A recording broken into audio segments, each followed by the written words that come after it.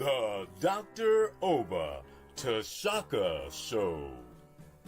Free your mind, and the rest will follow. A show for all who are on the journey to discover the truths about their identity, history, culture, politics, spirituality, and family relationships. This is a show for the Black Freedom Movement and the Black Power generation and the hip-hop generation, including Black Lives Matter and associate activists, all of whom are seeking change.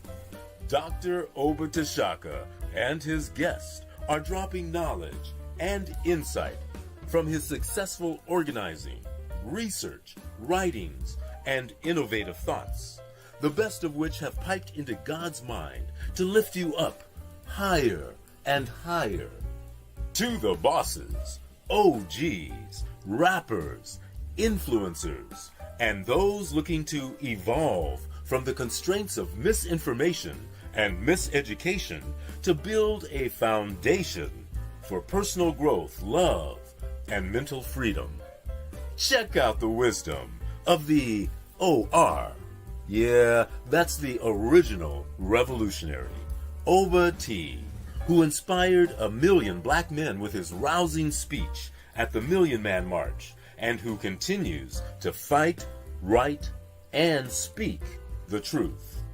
Dr. Oba Tashaka is one of the deepest deep thinkers in the world today. A quote by Dr. Asa Hilliard. Dr. Oba Tashaka, then Bill Bradley, was the best leader organizer in the Congress of Racial Equality, CORE. An endorsement from Dr. George Wiley, Associate Director of National CORE and the best organizer blacks produced in the 1970s as the organizer of the National Welfare Rights Organization. The Dr. Oba Tashaka Show. Free your mind, and the rest will follow. Greetings to all of you viewers. Stephen McKenzie, who was the first one to log in this morning, Brother Ogawa, M. Jewel, Robert, Robin, Loud to Zoo, and Gloria Briscoe. Greetings to all of you. This is going to be another show that's an extension of one done week before last, which was entitled The Little Study 10,000 Year Ancient Pre-dynastic Roots of Kemet or Egypt. Ogawa was saying, look at those threads. I decided to wear royal blue today because we're dealing with pharaohship. And so I decided to put on royal blue that's symbolic of leadership. That's observational of you, Brother Ogawa. To Society Commentary, greetings to you. Last week, we had a very important show on Haiti, and we had a Haitian activist, Brother Pierre, who's been active on the Haiti front, fighting for justice abroad. He's a person who's from Haiti. And so we got some current insights into what's going on in Haiti right now. There's a lot more, but we'll, over time, we're going to cover that. And what you're going to see happening this year is I'll be bringing in experts on current events in Africa. So we can be updated on that, because the purpose of this show is to apply your past to your present, to transform it so you can move from injustice and oppression to justice. And a lot going on in Africa that we need to know about. And you always, as a African, wherever you are in the world, especially if it's outside Africa, you need one foot in your reality and the other one in the African reality, whether it is Africa or the Caribbean or South America or Europe. or the South Pacific, or Africans in Asia, wherever we are in the world. So this show is about that. And I thought that you got some very interesting insights from Pierre on a lot of things that are not generally covered in writings on Haiti, one of which is the role of Haitian women, and showing that they were among the fierce fighters of Haiti, and they were the fiercest. And then he also told you that Toussaint's best general, Dessalines, who was a true revolutionary, he was trained by 2 African warrior women. And they were not working in a slave kingdom, as this film that you recently had, raised up deliberately by the filmmakers. They said, we knew that this civilization engaged in slavery. That's why we wanted to raise it up and then try and present that as heroic. When African women, because of the basis for just societies, which is male-female empowerment, it dictated that women would be taking part in everything, not on the same level as men when it came to warriorhood, but those that wanted to could, as it was true of education and everything else, because these societies come out of balance. So there were a lot of interesting things brought out in that presentation. And the Haitian people are really being messed over by this government, by the Western world, and too many powers on earth. And we need to give them support. So that was the point of having Pierre Lebossiere on to discuss that. And so you should be following Haiti and give them support. And he gave you a site to go to where you can tune in to meetings on Haiti and also provide material support to them. They need it.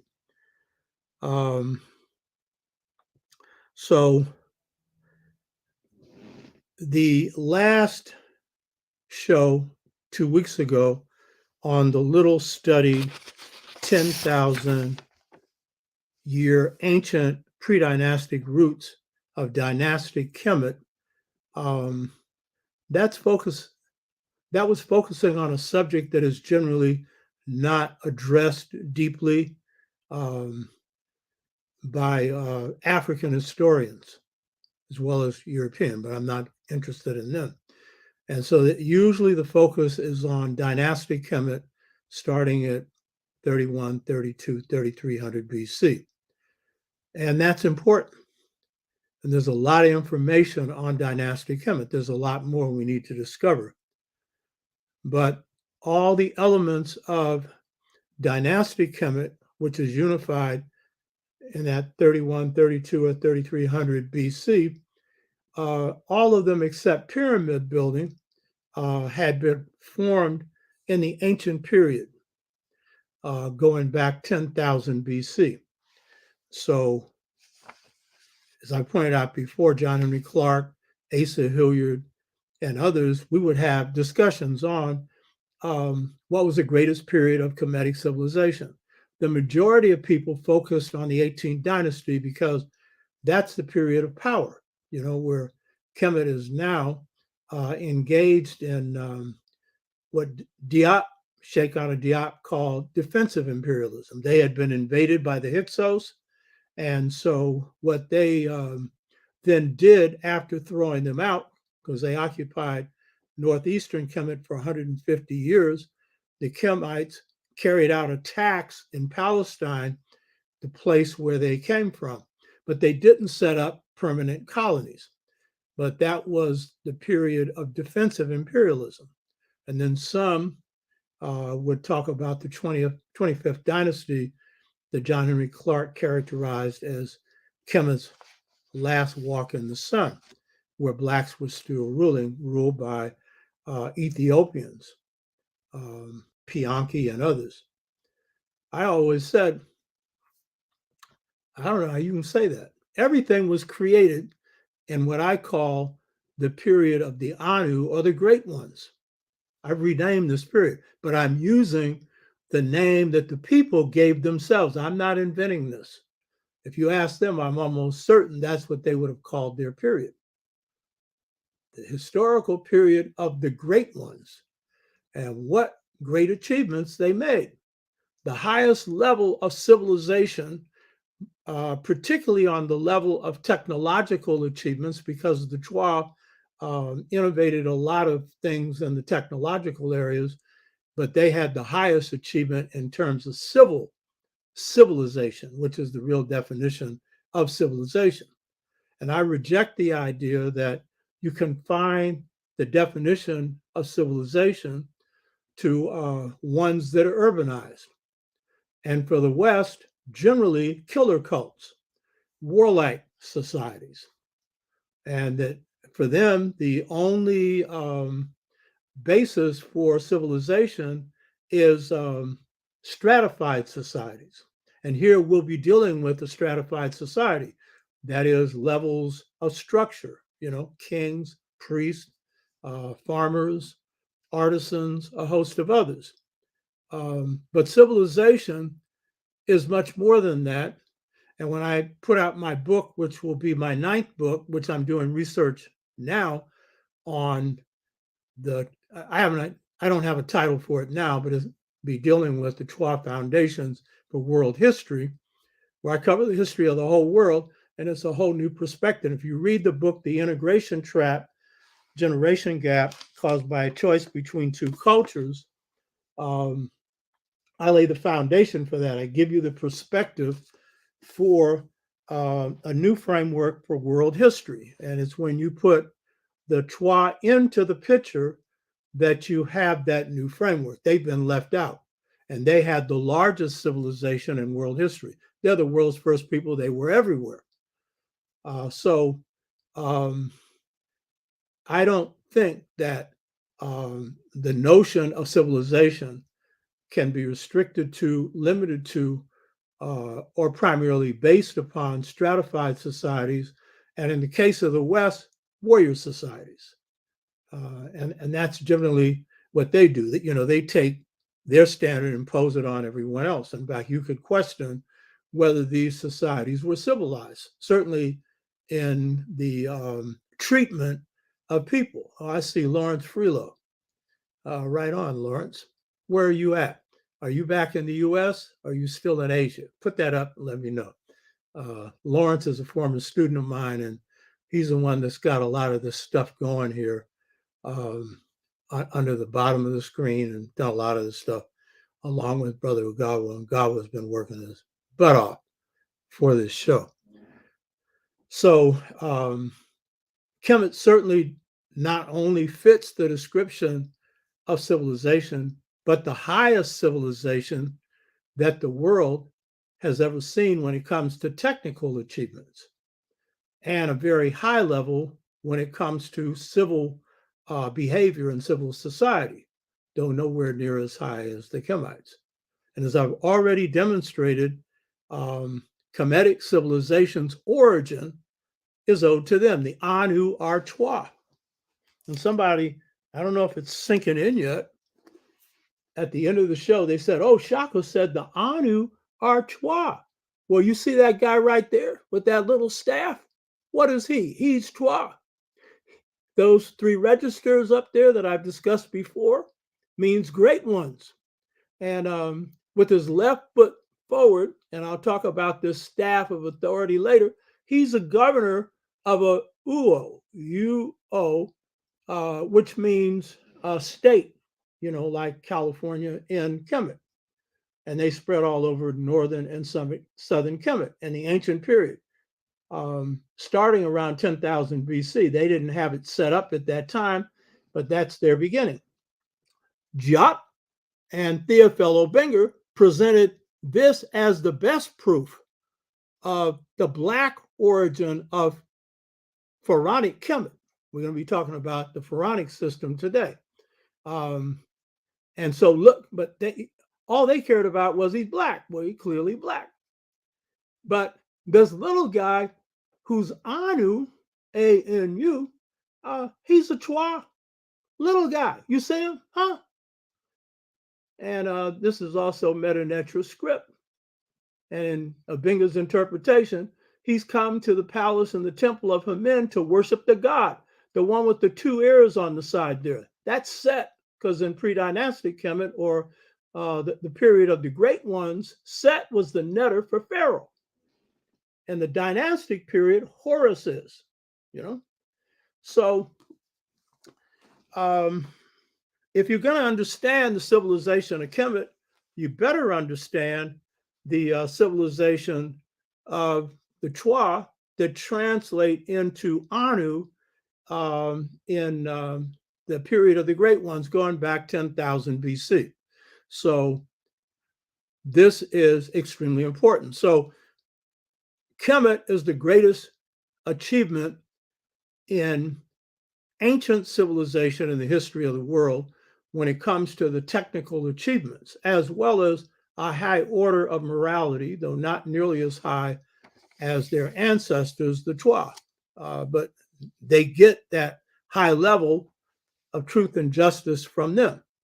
And then, of course, that's the standard throughout the world and throughout Africa. And guess what? That's the standard today. What is it your mother teaches you that is the most important thing? Don't lie. Tell the truth. And what's the most important thing that a mother can say about her child? I'm talking about a Black mother anywhere in the world. That person is a good person. My son, my daughter, they're good people, knowing all their faults and everything else. You know what I mean? So that's an African heritage. So African mothers globally have not, most of them have not heard the word Ma'at, M-A-A-T, truth, justice, right order, so forth. That's what they teach. It's a part of their makeup. It's rooted in practice. You know what I mean? Some of us are moving away from that right now. Some of us are becoming as crooked as pretzels. And that's due to the societies we're living in and choices we make. And that's part of what this show's about. Look at the past to see how you can draw from it to straighten things out in the societies in which you live today. So this show 2 weeks ago was highlighting key features of the foundation civilization, the Anu, the civilization of the great ones. And it focused on things like their foundation. And you're not going to hear this in any book on Kemet. You're not going to hear this, the twinlineal foundations of Kemet. Because basically Ma'at is about male-female balance. That's what Ma'at is. And if you hear someone like Obinga talk about dynastic Kemet, and he's the foremost authority now on dynastic Kemet, that is the thing that will come out of his mouth with most passion. That key to Kemet was the groundation or foundation in male-female balance. Now, they came nowhere near to what the Chwa had, because when you choose stratified societies, they become complex, then that may be your goal, but it may not always be achieved. But the point is, that was the overriding drive of this civilization, and key reason that it had such great wisdom, and a key reason that it lasted so long.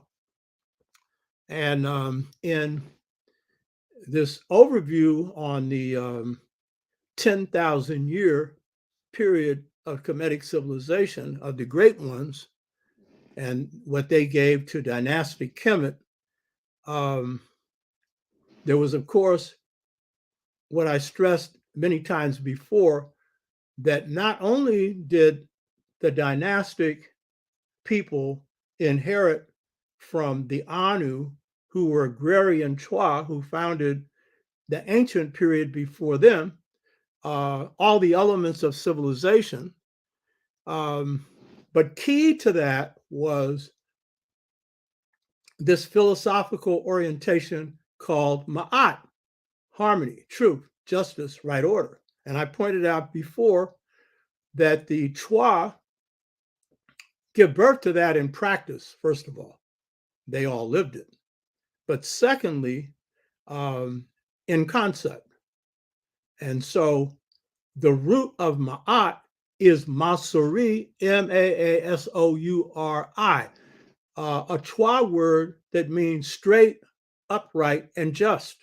And as I pointed out before, I'm not a linguist, so I always run this past the linguist, and I told Obenga this, and he said, yeah, he ain't got no problem with that. See, Obenga, as well as Diop and others, did not make the mistake of just focusing on Kemet. They understood that Kemet was a part of Africa. And since Diop is coming from Senegal and Obenga is coming from a place now called Congo-Brazzaville, close to where the second oldest group of Chua come from, the Biaka Chua, they would both have a special interest in showing the linkage between Inner Africa and Kemet, And so Sheikh Anta Diop would go into the language spoken by his people to show a kinship with the Kemetic language. And Obenga would do that because he's a linguist, as well as other cultural aspects of African civilizations as they apply to Kemet. And I'll be doing that today in discussing the role of Osiris or Ausar, the correct name, and the role of Osiris and Ausar and most ancient priesthood of Anu in creating Kemetic civilization. So today it's going to focus heavily on the pharaohship of Kemet and particularly in the creation of the Pharaonic civilization. So this was part of what was covered in the first piece that we went into 2 weeks ago. Now, one of the things that I did in this first presentation was use an approach to history that very few historians use, and that was to link history to astronomy and astrology. And the reason I did that is, of course, I'm an astronomer. I'm an amateur astronomer. I'm not really an astronomer. I study enough to know something about it. But I'm an astrologer, historical and personal. And as a historian, I'm into cycles. And so I'm not into this linear stuff that the European has, ancient, medieval, modern. History doesn't follow a straight line. It zigs and zags. Your life doesn't follow a straight line. As the spiritual says, sometimes I'm up, sometimes I'm down. Oh, yes, Lord. And sometimes the downs are the basis for rising up. We should know about that. You know what I mean? So, so for me, cycles are very important. So I don't have this tragic view. Oh, there are cycles of rise and decline. Just like there's a cycle of birth, and then you go through the various stages of life, and you reach old age and eventually death. And then there's a rebirth to a new life, which we'll focus on today, which is the essence of what Ausar means, life, death, and rebirth. We'll come back to that. So that Kemet could last 10,000 years and then finally go down. And for any of us to then take the position of, well, they're down, we can't use that. Take the the Supreme Court Justice Clarence Thomas's position that I hate myself because they kicked us in the behind, white people. Why should you hate yourself for that? You know what I mean? I'm not saying you should hate anybody. I mean, if there's anybody you should be mad at, it's the people that put you down. But guess what? The word slave comes from Slavic, and white people were the first ones to go down on the ground. And you don't see them running around saying they're ex-slaves, ex-Slavic. But we got black people running around saying I'm an ex-slave. Like that's all you ever did. Well, that's all you know, and you don't even know the truth of that. But people who have been around as long as 200,000 years, according to mitochondrial DNA, 149,000, which would be 159,000. Some historical finds suggest 200,000. How in the holy hell do you restrict yourself to a 400-year period? And then that becomes the focal point of your identity. And I know I'm not talking to y'all who are listening. And by the way, Cecilia Maria Flanders, lovely to have you from London. I spent a good 40, 45 years organizing in the UK and doing work around African Liberation Day with the Pan-African Congress movement that is still doing work there and with other Africans. And my books are distributed in London and throughout the UK. So it's very glad to have you watching this. And Shonda Henderson, not only one of our loyal supporters, and LaShonda Henderson, someone who puts her mouth where her money is. And that would surely help on this show. You know what I mean? I appreciate that. So part of the reason for looking at this ancient period is of course, it's a great thing. What boxer would fail to look at Muhammad Ali, who said, I am the greatest, even before he was? And it's debatable if he was. As I pointed out before, Sugar Ray Robinson tends to get the write-up for being the greatest boxer, who Muhammad Ali based his style after. But whether he was or not, he was great, but greater in character, even though one of the viewers of this show pointed out his flaws. He had them. And that's what really made him great. And that's what made Kemet great. And that's what makes you great. When you leave this earth, you're not taking nothing but your character and not your reputation, because that can be gossip, chit chat, chatter. But what you actually did, that's all you leave. And that is the essence of what is important in life. So the Kemites had this high level of civilization. And they went through a number of cycles, starting with the ancient period. And so the precessional cycles that I covered in the last show under precession of the equinoxes, that's the great cycle of history, going back close to 26,000 years, one complete circuit through 12 zodiacal signs of 2,100 years each. So I went through that, and I hope you got a point.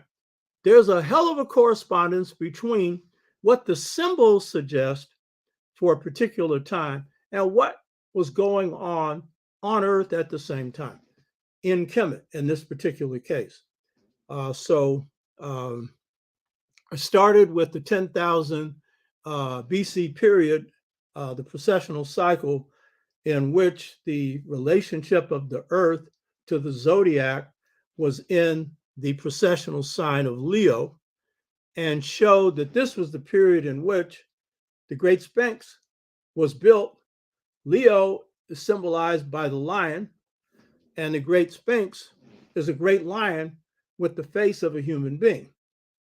And the dynastic Kemites could not figure out how that was built and what happened during that period, because that was so far back from the period of 31, 32, or 3300 BC.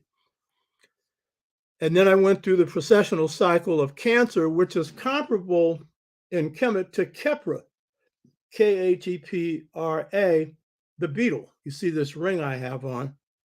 That's the beetle, right here.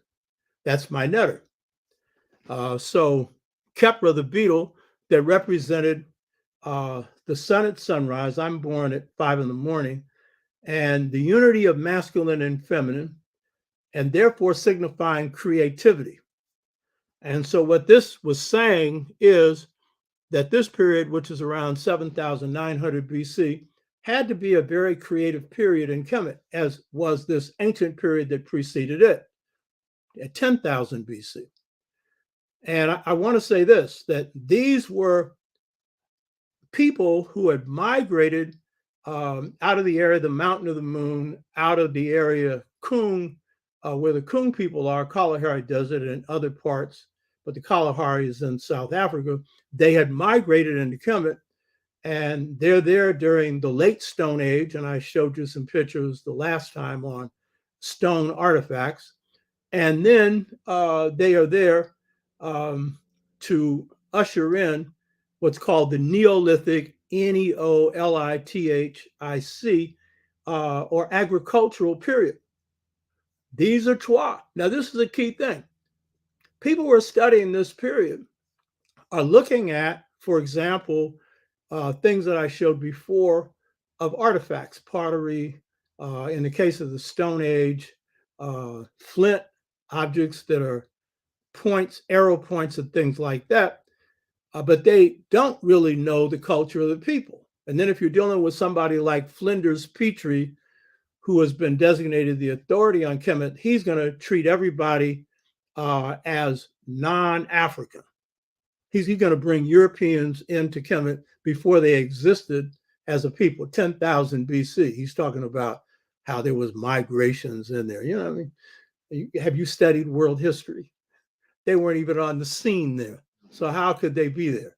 Or you got people like Hegel, who's the architect of intellectual racism, saying that Kemet was a part of the spirit of Asia and is putting them there before the Asians had created anything that you could call civilization.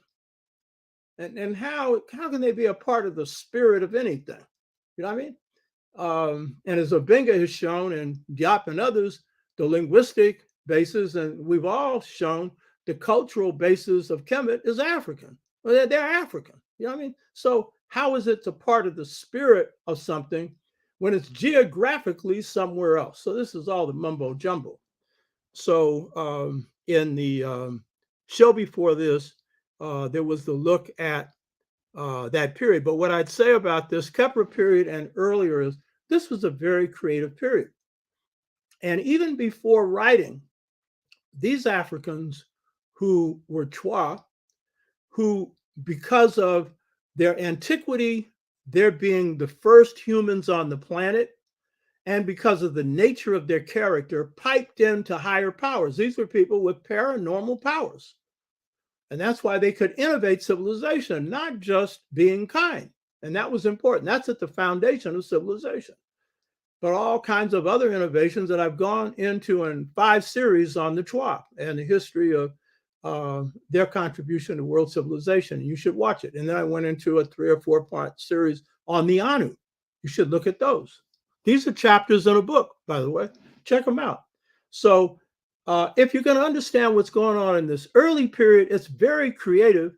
And one of the things that's key to this creativity is the interplay of male and female. And I would say that because during this early period, there was not a central government, it would be even more creative because there's no restraints on what people can do. And so while Pharaonic civilization emerges, and it's a very important contribution that Kemet makes, what we know about the Twa is that they were the most creative people, not just the first people, the most creative people on the planet for a lot of reasons and innovating things on every level. I've talked about a few of them: medicine, physics, astrophysics, the idea of one God, but from a scientific perspective of the totality of forces, a part of which is distributed to everything God's created, right? Force. They make no mistake about calling God a he or a she. You know, they understood God was within them, which is a key concept we'll be looking at today. So when you're looking at this ancient period that could innovate all the elements of dynastic civilization, its most creative period would be in this period. And there's not a huge amount of information on it. And even before they institute writing, they are creating. And note, most of Africa, which is oral and not written, every person, particularly the wise people, are libraries, and the oral culture, as we're going to see, whether a written civilization or not, and we innovated writing in Kemet and in other places, the oral is always most important.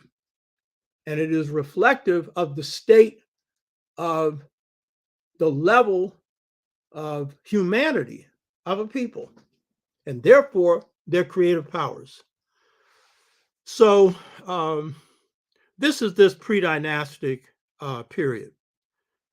So today the topic is the role of the Anu and Ausar, Osiris, in creating the Pharaonic civilization of Kemet. The role of the Anu and Ausar, which is the correct name that the Greeks called Osiris, in creating the Pharaonic civilization of Kemet. And this is extremely important. So this is going to be the central focus of this discussion. So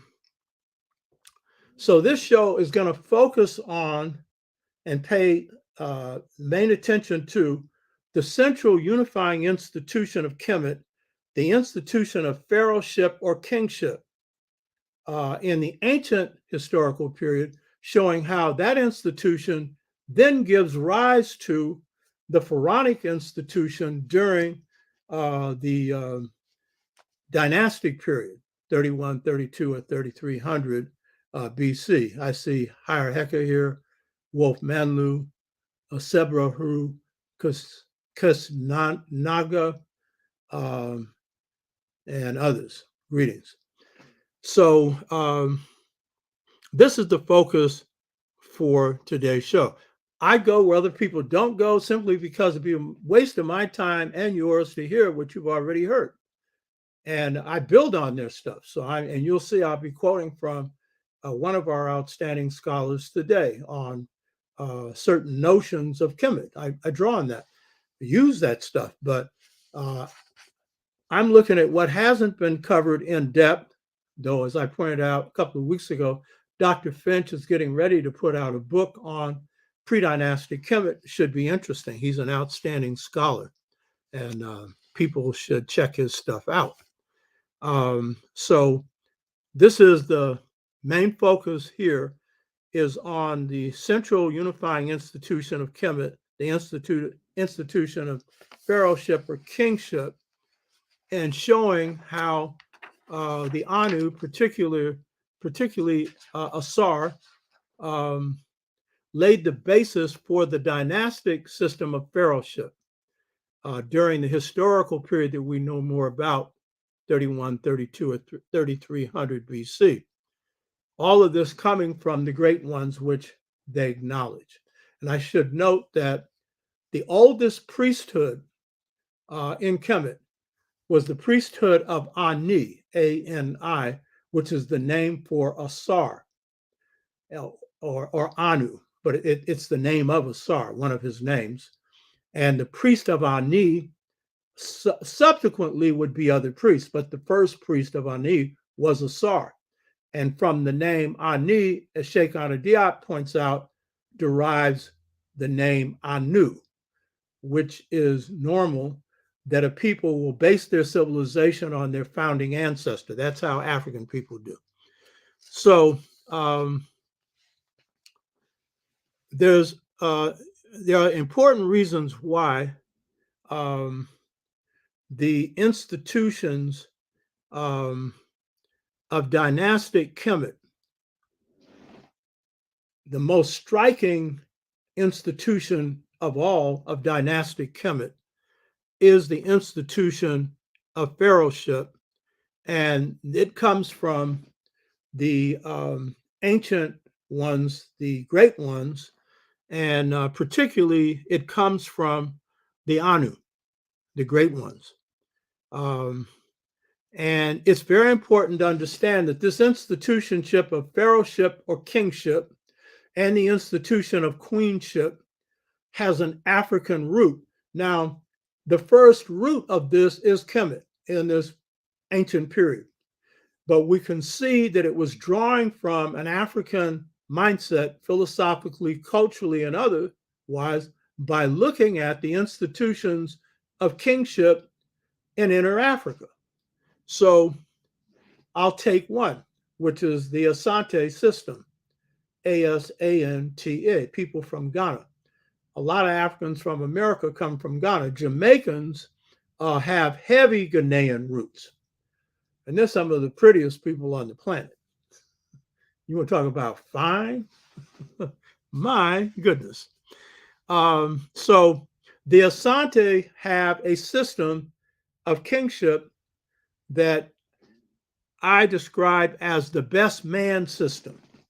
The Europeans have a system of kingship, which is called I would call the most vicious man. That's the one who got to be king in Europe, and often in Rome and places like that. And that was true of the Turks and others. And it doesn't mean that they didn't have some just qualities, but it meant that force and violence was key because that was key to their culture. And you'll see some of us, when we're giving stories on Africa, we're having stories like how a king comes to power by challenging another king in battle. That didn't happen because we had enough sense to know that while in the period in which there was war, one of the qualities of kingship or pharaohship would be bravery, as was the case among the Asante or the Yoruba or the Bambara or many others. And so one of the qualities you look for if it was a period of warfare, and most of Africa existed outside of a period of warfare, was that they were brave on the battlefield, never turned their back on a war party, made sacrifices, put their lives on the line. So that was a quality if it was a period of warriorhood. But the best man system means the best human being. In this case, man. Now, this is an important distinction to make. The queens were never required to display their best female qualities. If you were of the station of queen mother, you were queen mother. You didn't get selected. Except maybe some other sisters might have put you there, but you were not selected according to any criteria that you had to have certain qualities. But the males were. This is tied also to secret societies, where in Africa, there are females in every male secret society. One, there ain't a single male in any female secret society. Females raised you. They got secrets, and you are not going to know them. That's your mama. And so when you have queen mother, in the African sense, she's not your mother. That would be a conflict of interest. So here's the key point. With the Asante Hina Santewa system, the Asante Hina is king in Ghana, and the Asantewa is queen mother. The Asante Hina, the one that is picked, has the qualities of a lineage head. And a lineage head, who is called Opanyan, was once a female. And when war came, they went to two stools, dual stools, one of the king, one of the queen mother. And so when it came time to pick a king, the same qualities required of the lineage head was the quality required of the king. And the council of the kings was made up of lineage heads. So what were those qualities? One that never cursed, one that never lied, one that never abused women, children, or any person, one who was honest, one who was brave, one who never in the course of their life did anything to dishonor them or their people. So this isn't like parliamentary democracy where you can get, some petitions and you can get some money and you can run for office. You had to be the best man, the one with the highest moral qualities, the best human being. That's true among the Yoruba. My name, Oba. I took that because I like the way in which traditional leadership worked. Again, it was the Igboni, which is an institution among the Yoruba, the eldest, most wise woman and man who would make up the Igboni group that would pick the Oba. And the Oba was governed by his council, made up again of highly evolved leaders coming from the villages of Nigeria. And so when it came to picking a Oba, he had to be the best man in those circumstances. He didn't make the final decisions, his council did. And in the case of the Yoruba Oba system, the woman's not on the council, but market women have a big say-so. And if the market women tell you to do something over and over again, then you're going to have a problem. You know what I mean? A big fat problem. So with the Yoruba, if they have a decision, because all decisions were made by consensus of the council, and if the Oba makes a decision on his own and the council is against it, then what will happen is he'll get 3 warnings. And if he doesn't change, he gets a ball with a parrot feather in it, and that means kill yourself. Because we have a system of election and a system of ejection.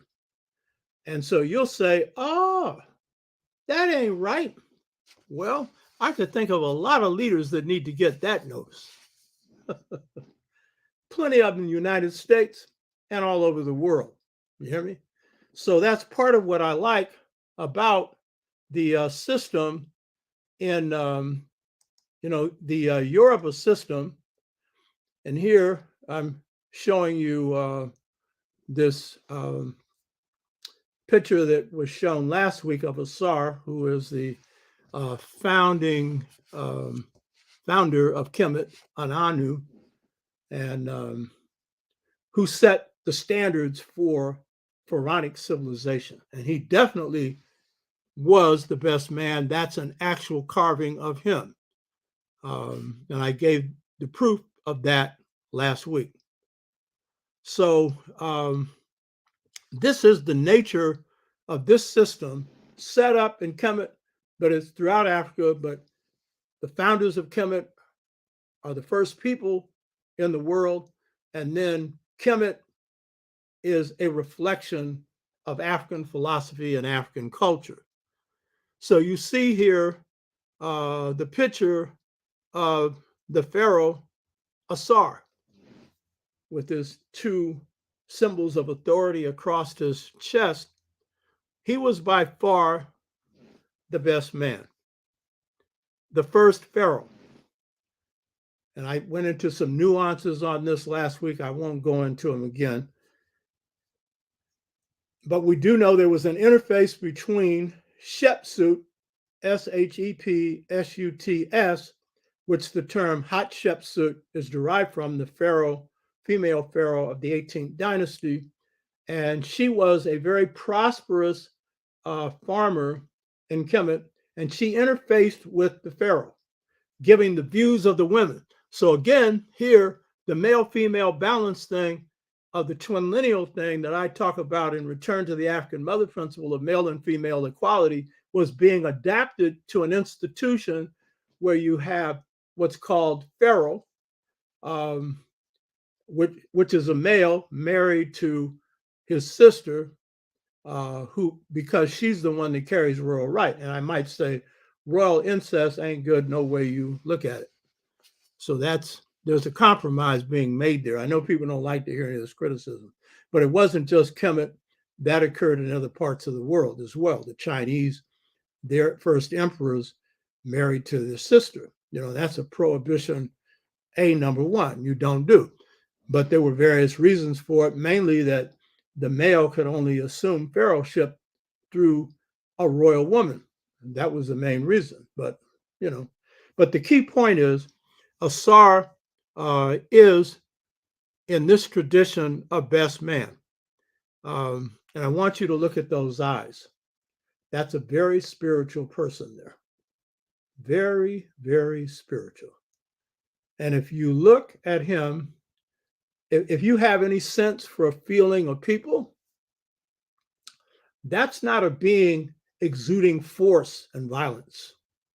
That's a peaceful human being right there. Look at him. That's the actual picture of Ausar.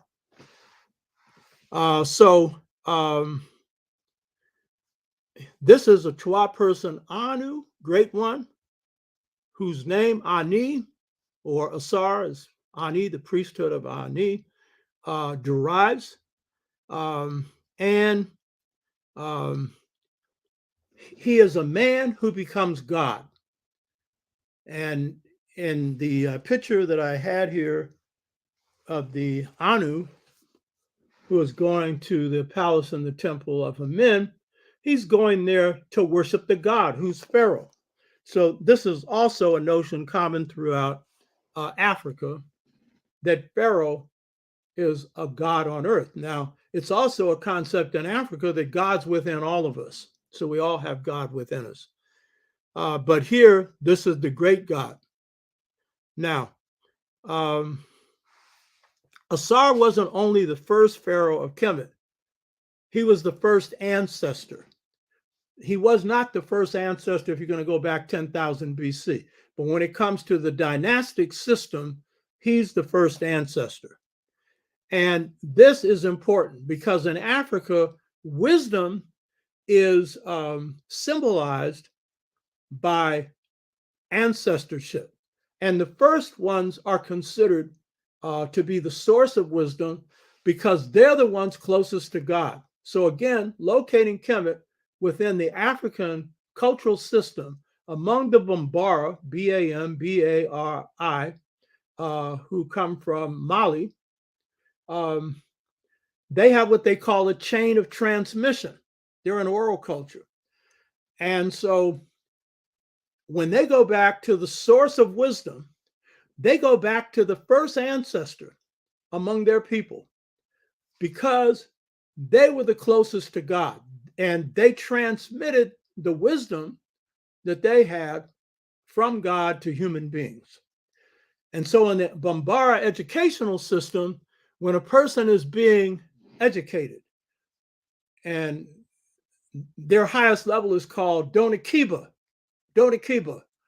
that means a creator of knowledge. That in the African American system would be called an innovator. Or if you have an apprentice who's at the very beginning, because in the African system of education, the apprenticeship starts at age 21 and it extends for 21 years. And so when a person is citing authority, he will always say, according to my master, and will cite the master.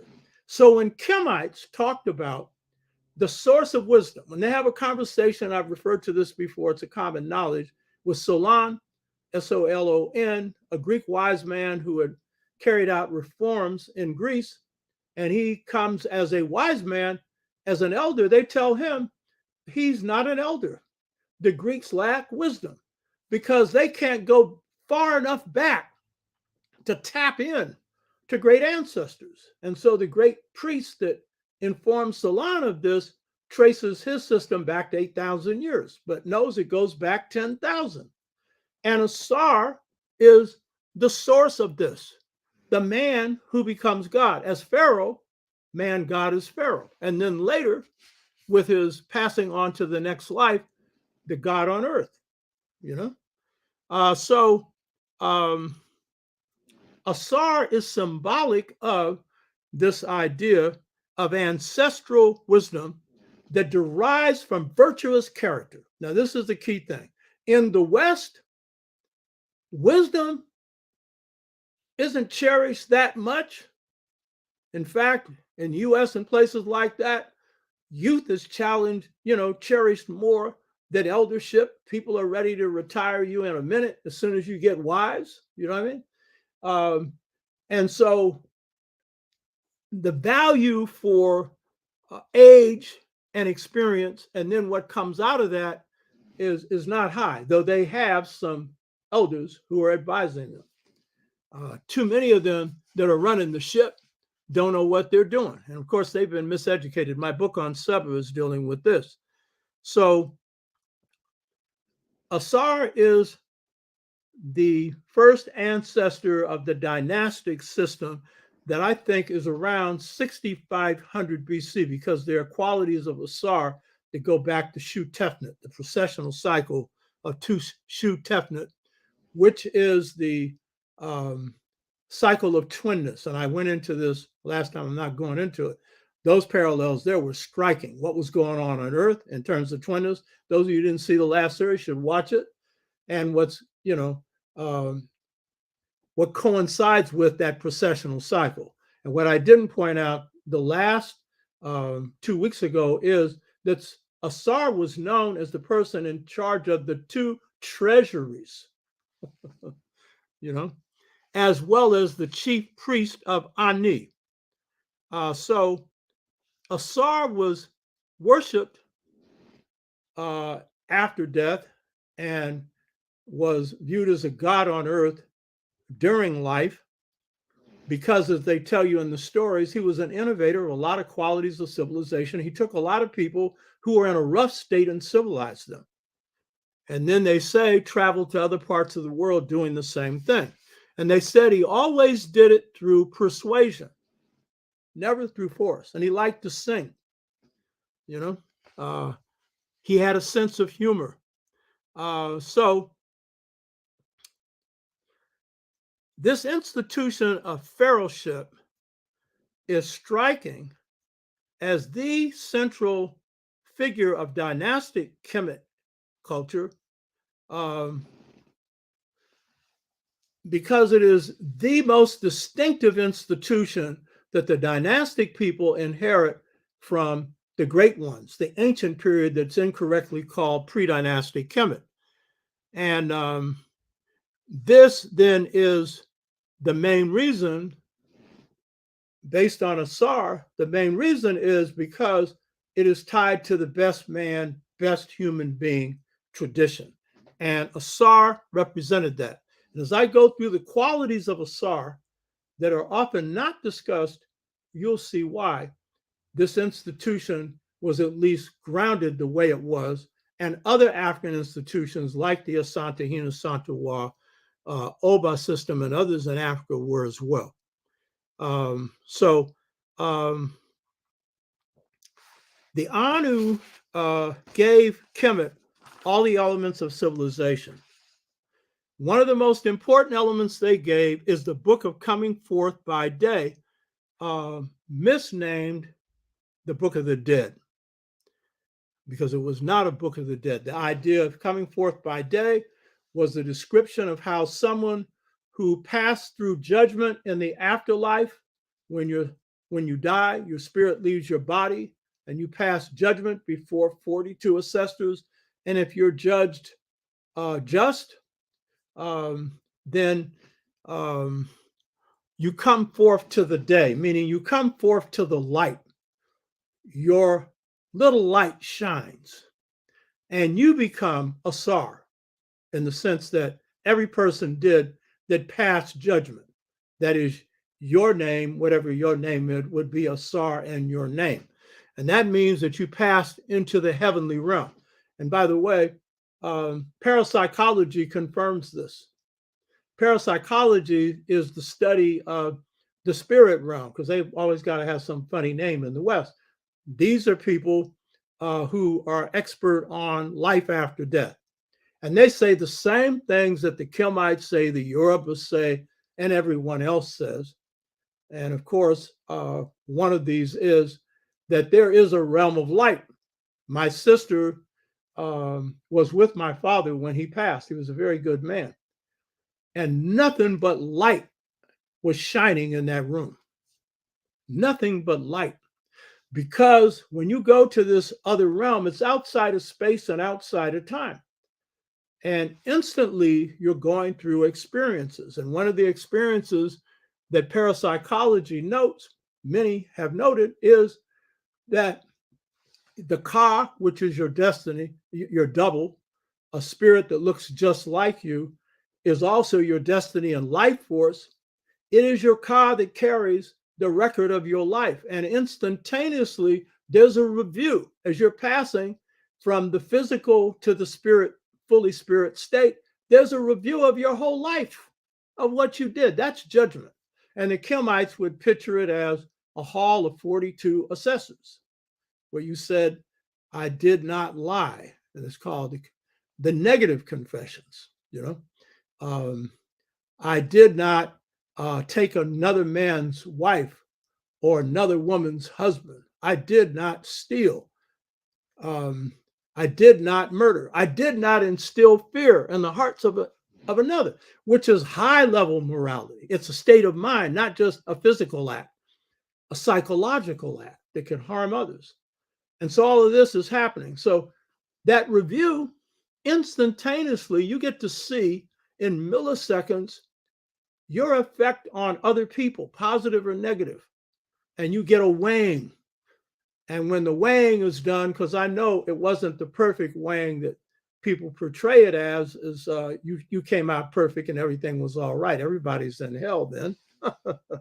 So if the balance shows the weighing, and we'll go into this at the end, you'll actually see the pictures on this, then you go to the realm of the light. And if you don't, you go to the other realm. And by the way, there ain't no devil, but that's a whole nother thing. I'm not interested in getting into an argument over it, but that's a Judaic invention, and Christianity and Islam picked it up. And think about it. There ain't nothing all bad on this earth, and why would God have something like that? There ain't nothing. Everything's got some positive in it, but God rules both realms, that punishing realm and that nice realm. God rules both of them, which means this afterlife, if it's hell, may not be forever, but it ain't gonna be pleasure. You hear me? So that depends on your character. So the Egyptian book of Coming Forth by Day, misnomered the Egyptian Book of the Dead. The original writings of this have been found in Thebes, Thebes, and it measures 78 feet by 1 foot 3 inches. It's the longest writing script that Kemet has. And it conveys the wisdom of coming forth by day. And it's particularly the wisdom of the priesthood of Ani and the wisdom of Ausar, and what Ausar represents. So what does the great book of Coming Forth by Day say about Kemet's first pharaoh and Africa's first king? What it says about this pharaoh, this human being right here, is very important, because it really speaks to what's essential if you're going to have a good life on earth, if you have a system where you have any kind of leadership at all, and most societies do. So what it says about the first pharaoh describes the qualities necessary for a pharaoh or king who's viewed as an intermediary between heaven and earth. And so at different periods, you would say that the pharaoh was an intermediary between different gods. And at one point, it would be Asar. At another point, they might say Ra, the sun god. But this notion is key to this idea that pharaoh is king, or king is God, because it's rooted in the earliest practices coming from the Twa. And it is this, that lineage heads in Africa, and this would be true of the ancient period of the Anu as well, lineage heads had the responsibility of communicating with the spirit world. And that meant that they had to have certain qualities. So in the case of Ghana, lineage head opinion was called the first among equals. He didn't make decisions for the lineage, but he made recommendations. But the key thing is he was a person of pure character. So the person picked had the same qualities of the Asantehene, a just person. Why? Because they had to be as good as possible, as truthful as possible, so they could be conveyors of the spirit. So that you got to understand, in ancient Africa, prosperity was viewed as being based on the ancestral spirits being happy with you. And that was based on you living a good life. And so in the case of the Twa, any people who come after the Twa, I had a series I dealt with how the Twa civilized the Bantu people according to them. And they said that the main thing they did in civilizing them, aside from teaching them not to have incest and everything else, and technological things and how to heal themselves and a whole bunch of other things, is they taught them how to contact the first ancestors who were Twa. And there was a ritual they had to go through, but more important, they had to have certain moral qualities. And so Pharaoh is the intermediary between heaven and earth.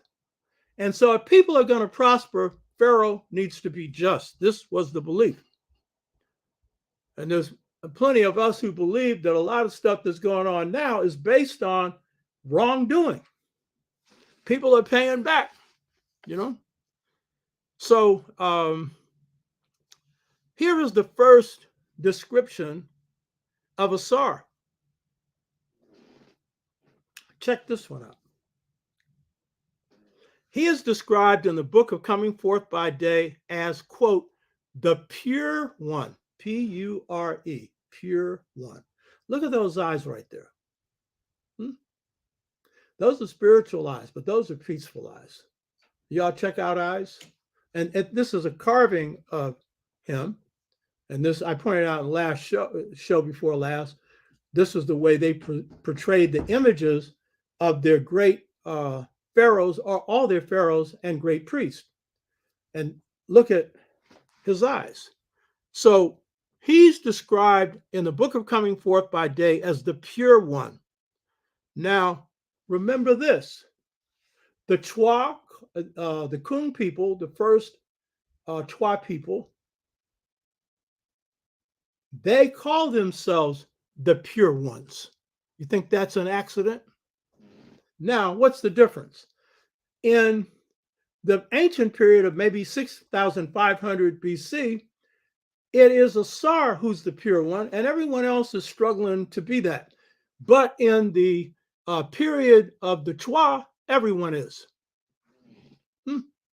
That's because they're the first beings. And being the first beings who have cultivated and continued good practices as human beings, they're closest to God. They're the ones closest to God. And if you know anything about being able to feed into God, those that do are usually good spirits, always. George Washington Carver, I always give the example of him, near pure spirit, if not a pure spirit. Greatest scientist in the 20th century, and was constantly communicating with God. Now, I know you all have problems with that, communicating with God. How you can, when you have a dream and that dream proves to be accurate, you are communicating with God. And when you have enough sense to follow it, you're benefiting from that communication. You know what I mean?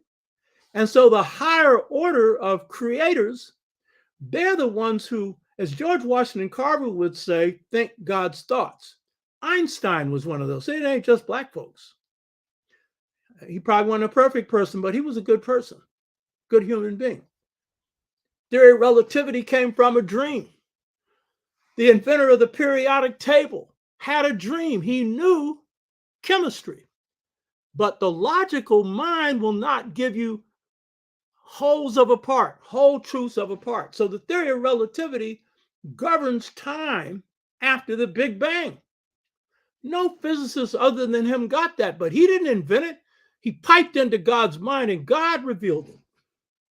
That's how it works.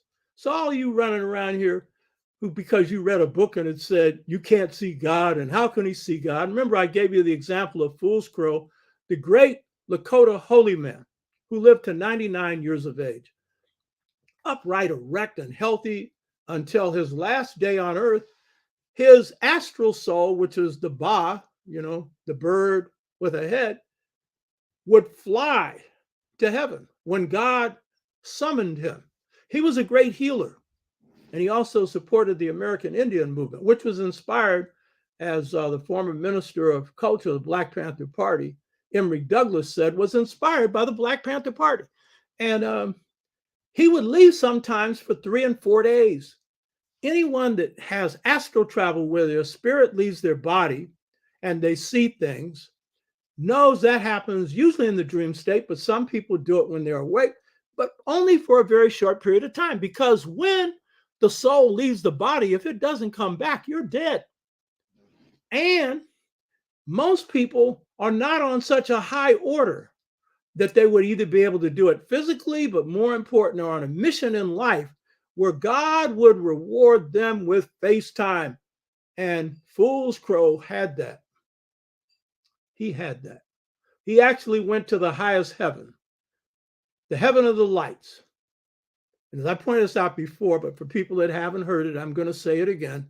He described God as a great white light. I've described my experience with the light. That whole thing about all the males and females are equally empowered to govern every phase of society. No historian has laid that down, or no person, as the basis for the just societies of Africa. None have. It came through the light.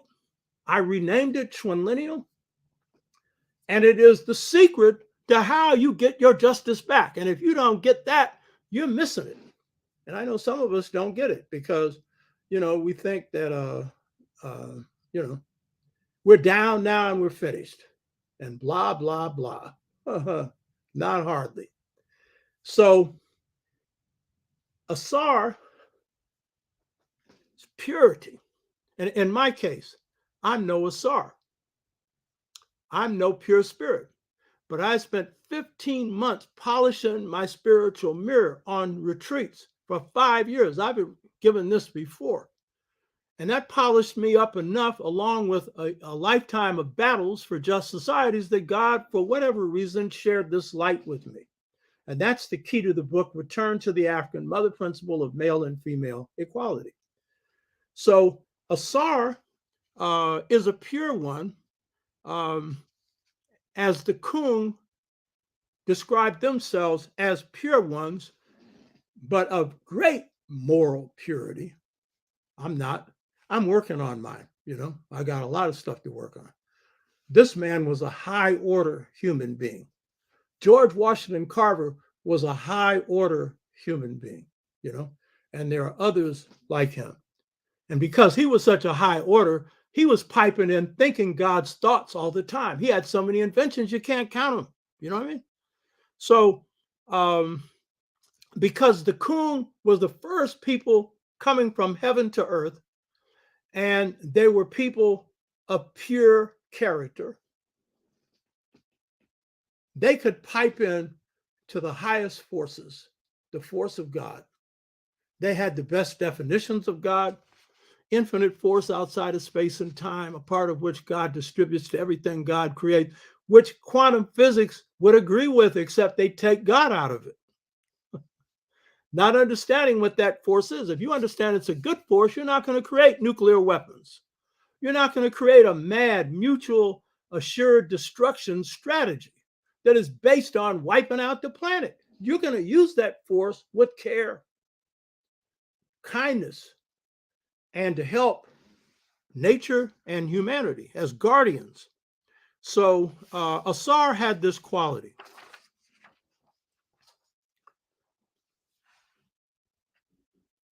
When sacrifices were made to Ausar, now a lot of you are not into sacrifices. You've come out of the book, the various religions and stuff, though one reason why Blacks embraced Christianity is at the end of slavery, not during slavery.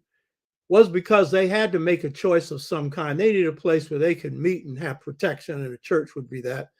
But they needed to continue to practice what they were doing on the plantation, which was voodoo. And that's what they dropped in the black church. Pierre made the point last week or 2 weeks, last week, that voodoo means spirit. It actually means God, And if you look at the essence of the black church, it's about raising the spirit. That's what it's about. So in Kemet, the priest who operated in temples, they would do cult work or cult worship, not as cult as you following blindly someone, but as cult as to cultivate. So if they were to deal with Ausar, they would have a statue of Ausar. Inside of it would be a part of the spirit of Ausar. They would cultivate it, water it, pray to it, do various things, And so when they made sacrifices to a particular entity, a statue or whatever that had a spirit in it, they would make appropriate sacrifices. And so this is from the book of Coming Forth by Day. This is how Ausar was worshipped and the kind of sacrificial offerings given to Ausar. This is what the book of Coming Forth by Day says. All things good and pure, which are presented to my God of my city in the great castle of the black one right there, Ausar. You can see black. So what they're doing is, for the pure one, they're making pure offerings. Now, you call this religion. I pointed this out before. In African languages, there's no word for religion. No word. Religio means binding together Christianity with former spirit beliefs that Christians falsely called paganism, which was the Roman beliefs. And because they had these other practices that they put into the form of saints, you found that wherever you have Catholicism in the Caribbean or the US or South America or anywhere in the world, you will see what's called voodoo in a near pure form. And so in Haiti, they would hide their Lao, which is called Orishas, Orisha, or netters in Kemet, which are spirit beings that could be like Ausar, a human being that becomes a god, but not the god. Or it could be spirits that came to earth that have never been human before. And so under Catholicism, they could hide these African spirits. And so you could have a pure form of that. That's what you had in Louisiana. But in the Protestant system, what you had to do was get to the essence of it. And so the diviners were the ones, and the Obia, men and women, who were the spirit people in the Protestant countries. And that's what the African American dropped into the black church. So how was worship conducted? It was conducted through prayer. It was conducted through singing. It was conducted through drumming in public, because inside the temple, the priest would do their own work to cultivate the particular statue, to nourish the spirit inside the statue. But once or twice a year, they would bring that being out for the community to celebrate. What is that called? All over Africa. And it is the form of worship in the black church, which you say we lost all our spirituality. It's called praise worship. And why is praise worship central to worship? Because when you praise through singing, dancing, drumming, and, a group of people praying and praise, then you capture the attention of the spirit. And so when blacks come out of slavery and they're trying to get blacks to get away from the voodoo that they were practicing, the blacks refused. They said no, because, and these were blacks from the AME church, these were white missionaries and stuff like that. They said no, because if we do that, we can't contact God. So that's what the black psychologists would call the voodoo in your IQ. And some of us get crazy when you say voodoo. It's nothing but God, baby. You know what I mean? Huh? So this was the nature of contact with the spirit. But it was through giving the pure spirit what was good. And the best prayer for any African or any person is good character. That's the best prayer. It's helping others. Or as in Medu Neter script, they say, providing a boat to the boatless, food for the hungry, and a roof for those that have no place to sleep. That's the highest service that you can perform. That's the greatest praise that you can offer. And by the way, in Yoruba, they call this oriki, praise prose. So when a mother sees a child and they've been away from the child for a long time, she begins to sing the praise of her child. My son who has done this, that, and the other. My mother did that. I never did it, but if I really wanted to impress a lady before I was married, the best thing for me would have been to bring her to my mother, because she would just praise me to high heaven. And my mother knew me inside out. She knew I wasn't perfect, but that's the nature of the culture. It's in you, baby. You know what I mean? And that's what you should be doing with the people you love. Praise them. You hear me? Praise them. Not just for the God that's within them, but all the qualities that they have, all the good things that they do. Let them know you appreciate that. That's real love. Now, Ausar is also known, and again, this is explaining the connection of Ausar to Pharaonic and kingly leadership. He is described in the book of Coming Forth by Day as, quote, inheriting the staff of the Lord of Life, a cane or a staff. Now I go to my great teacher, Dr. Jacob Carruthers, his greatest work, Medu Neter. He has many works. Jake was a master of brevity. He said things in very short books or even speeches, you know. Brevity was his thing. He told me that when he was going for his master's, and he was a political scientist, the person that was going to read it refused to read it because it was too short. And Jake is very stubborn. He refused to add anything to it. And so I guess it took a year before the guy read it. And then he finally approved it. That was Jake. So this book is a little over 100 pages long. It's profound. So Jake is describing what the staff of authority meant that is associated with Ausar, which is called the staff of the Lord of Life.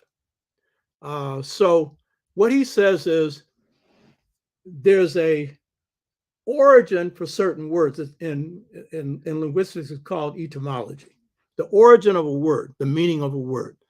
And so he explains the origin of the word Medu, M-E-D-E-W, which was written M-D-W.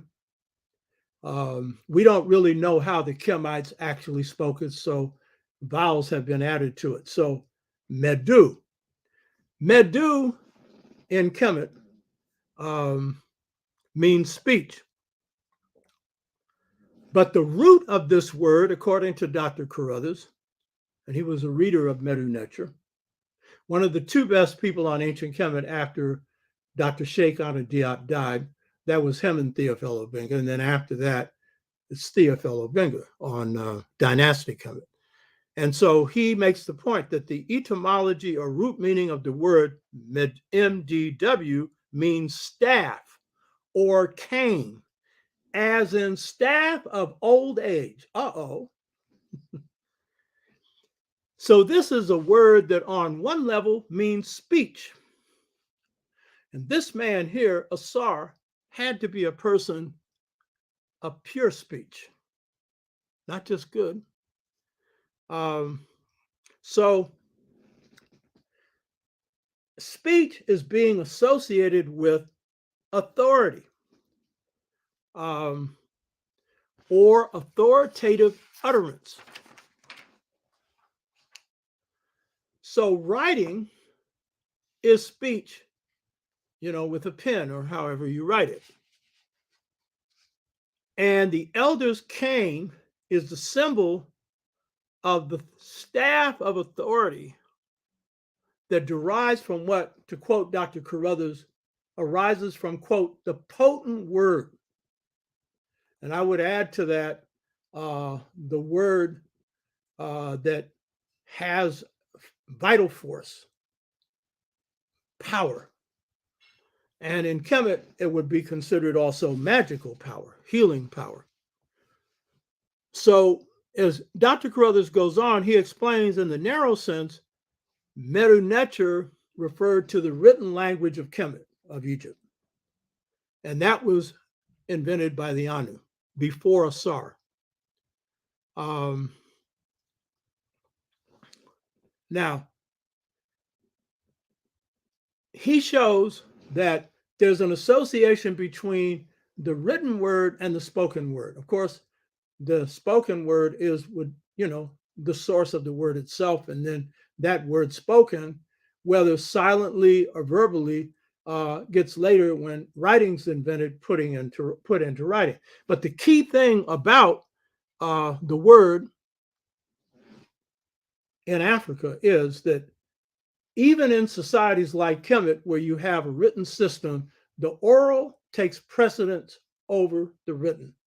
The Bambara tell us the main reason, because it contains force or power based on whether or not it adheres to the truth. If it is real truth, then the force of the spoken word is most powerful. And written things or written words that are based on the truth derive their power from the truth, but they especially derive their power from imitating speech, which Dr. Carruthers describes as a walking, talking, doing speech. That is the same speech of a holiness preacher or any Black person who is putting their whole self into what they're saying, or any saxophone player like John Coltrane, who was reproducing through his instrument the speech of a preacher. He said the only way he could move an audience was to do that. And of all the forces of speech, those that are musical are of the highest order. And you will note that in the Yoruba, for example, when the Babalawo, who is the father of mysteries, the priest, mine is Ifeyemi, who's an Araba, second highest in the Ifa system, when they speak, they often sing when they speak. And that, of course, is why in the Black tradition, you have King, who has this sing-song tradition that comes out of the African tradition. And then you have a special speech in the Black church that is actually an African language. And that language is even more beautiful than the sing-song speech of a king or others that I have heard. And that is an African speech pattern adapted to our reality through our Niger-Congo beat speech patterns that we have. But even those that don't speak the Niger-Congo speech patterns, and most do, which we call Ebonics, that sing-song thing is there. And they say, Ausar sang. His words were kind, comforting, and he converted people to civilization that way, So Dr. Carruthers makes the point that therefore speech for African people, and this is New African as well, conveys ontology, ontology, which means, what does it mean to be human? It conveys that. When you run around talking about, oh, slavery destroyed our humanity. Hell, if it did, you got more humanity than most people need or ever thought of having. That is the core of African culture. And it is the essence of this figure here, Ausar. Huh? I pointed out before, you could lose 90% of yours and still have more than every people on the planet other than Native Americans. You hear me? Huh. Humanism is at the core of your being. It's in your DNA. It's in your cellular memory. It's in your cultural core. Kindness. Blacks survived without an acre or a mule by helping each other through kindness. You hear me? So speech, which the staff of authority signifies, speaks to origin, what it means to be human. And speech speaks to metaphysics, which is the origin of thought and things like that on the spirit plane. So this is the basis for what the Dogon called deep knowledge. Dr. Carruthers calls deep thought, and most people call philosophy, all of which is spirit-based. And this is the key thing to understand about Ausar and everything else. As intermediary, he is an intermediary contacting the spirits and based on his good character. And when you have a Babalawo who is good, a priest who's good, then that person, their skills are based on training, but they're based on good character. And they're able to do things, see things that you normally could not see. So speech, therefore, is profound. And it is through speech that we convey our thoughts and everything else. So on the deepest level, Medu Neter, Medewnechtcher, is God's speech. It's the speech of God. And Africans believe, most people believe, that God is the source of speech, source of life. And therefore, our ability to speak comes from God, but that is called Medu Neter, Medewnefer, which means human speech, good speech that tries to approximate God. And so you'll see in African linguistics and African speakers, you don't hear cursing. You don't hear cursing because the power of speech is its purity.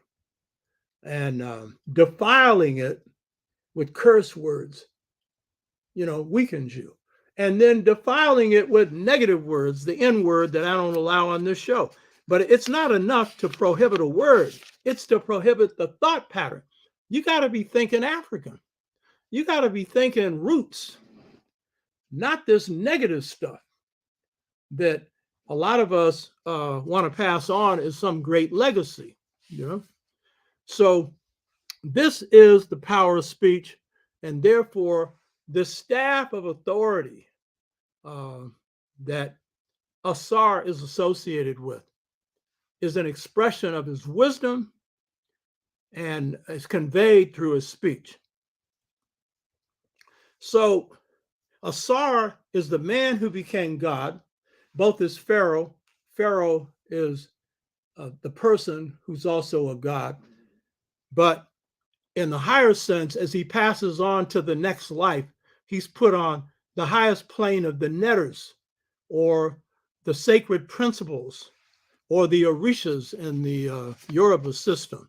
He's on the highest level because of his good character, his wisdom, the fact that it's from his ancestors, the Anu, and him and those that follow him, that Kemetic civilization is based. And so this description that I'm going to give you of Asar is the most beautiful. And it again speaks to why Asar is considered to be the divine ancestor. And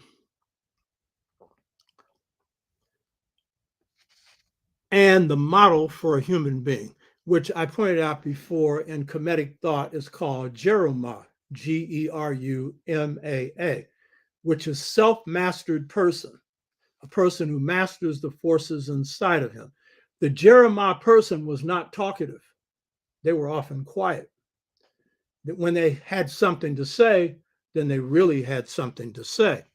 And I pointed out before, among the Bambara, that person is called Ma, M-A-A. You can often understand more about Kemetic thought when you find an equivalent in other African thought systems that are still alive. And the Bambara are an example of that.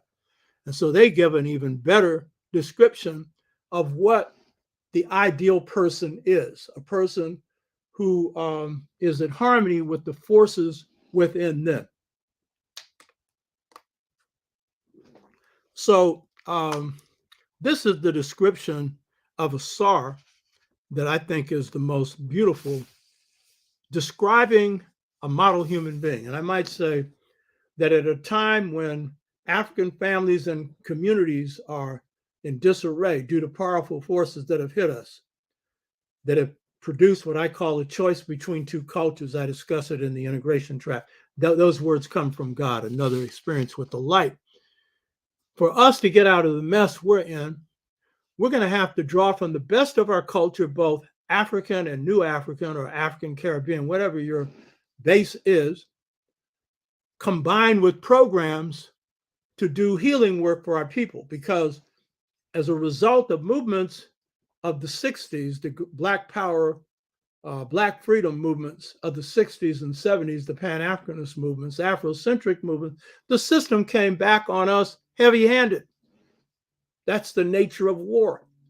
And so to recover, to heal generation gaps and stuff like that, we got to go black to the future, go back to the positive aspects, both of our ancient culture, but of New Africa, both, and use it as a part of revitalizing families and communities. And I should say the twin lineal model is the key. We'll talk about that in depth later, but I've talked about it to some extent before. So this is their description of Asar, which is a beautiful description of Asar. It is one that is an expression of his vital force and why he became a god on earth for human beings, particularly in pre-dynastic or the ancient time and dynastic time. Now, my book, The Art of Leadership, I stress the fact that leaders need to work on being embodiments of truth and trying to be incorruptible. And we've had some who are. They must have good character. They must understand that they are expressions of the will of their people. King said, I didn't invent the Montgomery bus boycott. When the people called on me, I stepped forward as a spokesperson for my people. King wasn't perfect. He had his shortcomings, but he learned from his mistakes and he was a good conduit for the just will of his people. So this is a key quality.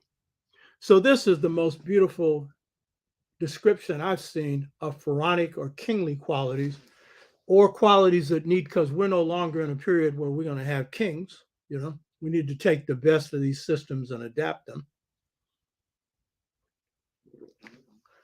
This is the beautiful description of this greatest of great ones. They said in the Book of Coming Forth by Day, Asar is, quote, We can never be this first one, but we can try, be the best we can. It says, Ausar is the perfect one, the clever one, whose speech is beautiful. With a true heart, who listens quietly without being cross, meaning angry. This is useful for the heart of a king, he who leads the two lands. Let me say that again. Ausar's character was described as the perfect one, the clever one, whose speech is beautiful, with a true heart, who listens quietly without being cross or angry. This is useful for the heart of a king, he who leads the two lands. One of the key qualities in leadership is that people who are disturbed can be angry. People who are disturbed can have issues, as they should. Good leadership listens. Good leadership keeps their mouth shut and lets the people express their will. That's good leadership. And in an era where you need leaderful, where a whole lot of people are leaders, that's what good leadership is, because they're coming from the people. And so you let a person speak. And of course, in ancient Kemet, that was the case with the eloquent peasant who is coming after a period of discord and oppression. And the pharaohs are now learning, because some of them had become corrupt in the first intermediate period from the 5th down to the beginning of the 10th dynasty, or the end of the 9th dynasty. And so they had begun to get off their high throne and listen. And they were telling their children, one of whom would succeed them, to do the same thing. So this quality here of listening, because that's the way we learn. I value the comments section here. I wish that this was a thing where we could have a verbal interchange, which is our way, but it's the next best thing. That's why I do these shows live. And hopefully sometimes I get some light where somebody's got something where you really learn from it, or they ask deep questions. And deep questions are often very basic. So the perfect one, the one who's a pure spirit. The clever one means intelligent, wise. And it also suggests that this is the one who can resolve problems. This is the one who's practical in their solutions. True of heart. In Kemet, the heart is described, the hati is the heart mind. That is where wisdom resides.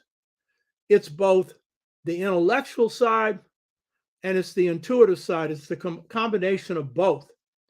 And it resides in the ka, but it's the hati, the heart mind. That is what is weighed at judgment. Not being angry and listening is someone who is a person at peace with themselves and doesn't take things personally. This is a self-mastered person. So these are qualities needed to rule the two lands. All pharaohs didn't have these qualities. Some aspired to them. Those that did were loved by the people. Now, Ausar became the symbol of eternal life and the judge of the afterlife. And we know the story that his brother Set, said to have cut him up into parts, and his wife Isis, Set, was able to put every part together except the sexual part, meaning that he was put together spiritually and was restored to a rebirth, to a new life in the spirit world, and was symbolic of everlasting life, and was the judge for those who had passed to that realm. And pharaohs, in the beginning, the first dynasty, I don't know what the case was in ancient Kemet, actually claimed sole monopoly of eternal life, which was a joke. And when rebellion broke out in the 5th dynasty over oppression, one of the things that people fought for was recognizing that the recognition that they had eternal life. How can you take eternal life from someone? You know. So let me just show you. This is the precessional cycle that we have based the analysis of the precession of the equinoxes. The Chwa, which we discussed in the show 2 weeks ago, who are the Anu as they move into the Nile Valley and are the foundation of Kemetic creativity, humanity, civilization. And of course, this is the map of Kemet showing you upper and lower Kemet. And the area there you see Nubia was a part of the Anu civilization, both lower, and you note lower is upper because of the way you come down in the Nile, and upper is lower geographically. And this is what we covered last week, showing you how precession worked, the Earth spinning on, spinning in relationship to the zodiac, and one complete spin, 26,000 years. And each cycle of it going through a sign, you know, but backwards. That's why it's called precessional. Now, when you have the Anu, they are ruling 2 lands, and Ausar wears the 2 crowns. But what you'll see with the figure that's on the top, the very top, that is the last of the Anu pharaoh, Scorpion. And you can see he's African. And he's the last one to follow the Set people. The person in the middle is Menes, the first pharaoh of the first dynasty. You will note that they're both African. One is a little person, the other one is a larger person. But the point is that there is a struggle that occurs towards the end of Anu rule between the people of Set and the people of Horus, and the people in the middle went out. And that's dynastic Kemet, but they're black. Now, this is some of the pottery discovered at Kutzel, which is a site in Nubia about 300 to 400 years before 3100 BC. Now, this pottery is very similar to the pottery that I showed you 2 weeks ago of the Anu period. Very similar, including the ones that's decorated. But the shapes are the same as going back 9,500 BC.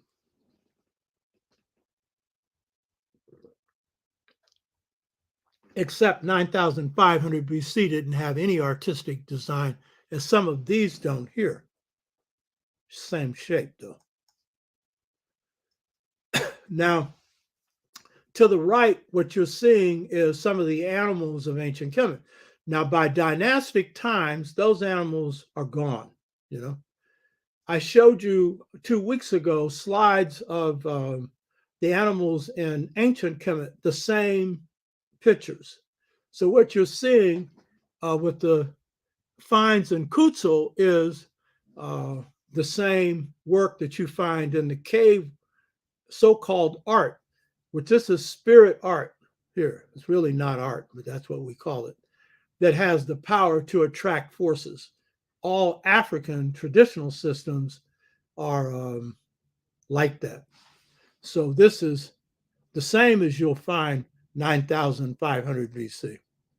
Now, this is the great find at Kutzel, a couple of hundred years before the dynasty of Menes. And you'll see on my left, probably your left, one that has a pharaoh's crown. And over his head is a bird. Now, this is telling you something. Most scholars who have read this don't see any point in making this distinction. But the people, and this is a find made in Nubia, the people of Kutsul were Nubians, and originally Nubia was a part of Anu civilization. And they were Set people. So you saw the bird that is on the cover of this book, the one where you see the ears on the side there. That was the symbol for Pharaoh. But dynastic Kemet, it's Horus. And this period here in Nubia, it's Horus also. That's Horus over the head or in front of the Pharaoh. So what this means is there's been a transformation where you have the presence of Horus African people among the Set people. And so this is where the struggle really comes from. So the picture of Scorpion is defeated as the last of the Set dynasties by the Horus people. Now this was a pharaoh of the second dynasty. These are pharaohs of the various dynasties of Kemet. And you'll see the figure of this pharaoh. Look at the nose. In most cases, these noses get chopped off. But in this case, for some reason, they missed this one. So this is a pharaoh in the second dynasty of Kemet.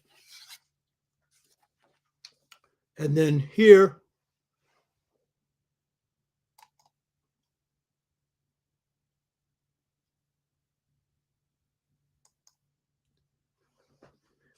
we have another pharaoh of the early dynasties. He's Nubian.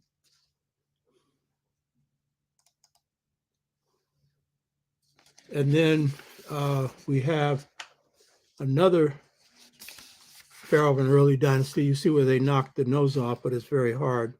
This one is pharaoh from the 12th dynasty. And then we have here King Amenemhet the third. And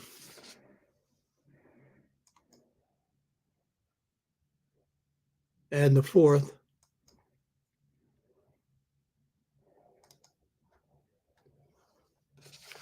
And then you have the great pharaoh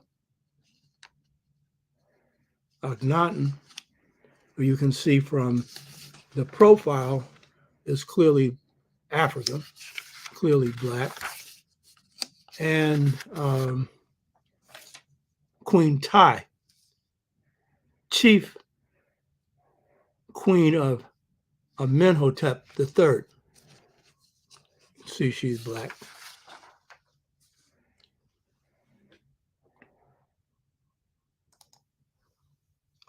And then you have here the pharaoh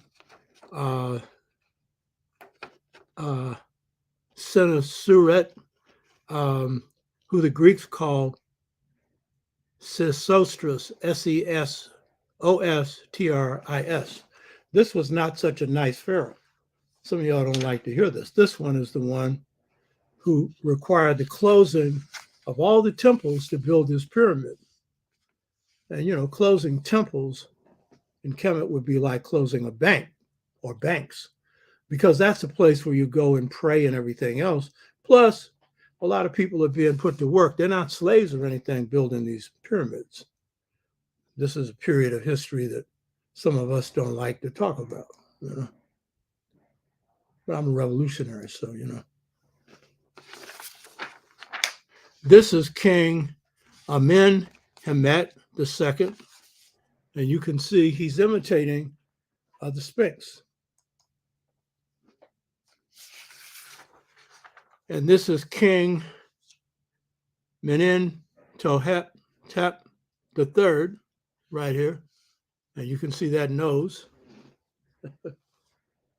African. They didn't knock that nose off. I don't know how they missed it.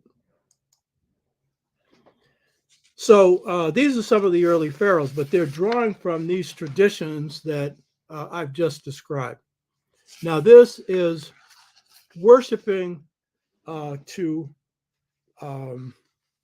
Asar through the symbol of eternal life, pushing the sun, and the Djed column that represents ascension to heaven. And so this is Aset and Nephthys, Aset wearing the crown of the pharaoh, which is the chair of the pharaoh, showing that she's the source of authority. This is the entry of the person who's leaving this life to the next life.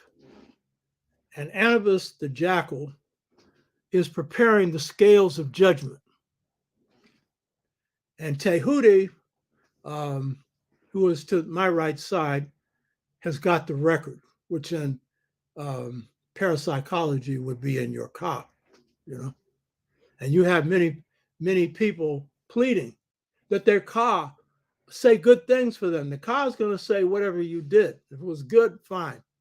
And then on the top are the 42 assessors, the ones that you pass when you are saying, I did not lie, the negative confessions.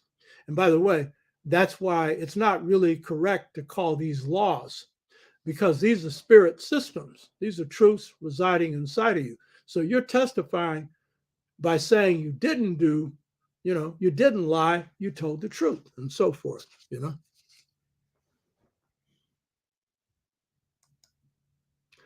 And this is where the person has been weighed, the one who's in white, and he's coming before Asar and his two sisters, Nephthys and Aset behind them. And he's been judged just, and he can enter the afterlife and have a seat with the gods. So this is the most important thing about Asar, is that he represented eternal life. He presided over judgment. And it is these notions that have been inherited by Judaism, Christianity, and Islam, and taken into different directions. But this idea of eternal life, the idea of judgment, the idea of the 42 confessions, out of which the 10 commandments come, and a whole lot of other things. But what the Kemites are practicing here is not religion. And they have no need to put a God in check with a whole lot of rules and stuff as the Hebrews did. These are truths that rise from within. So this has been on the Anu, and particularly the great one, Anu Ausar, whose priesthood is the oldest in Kemet.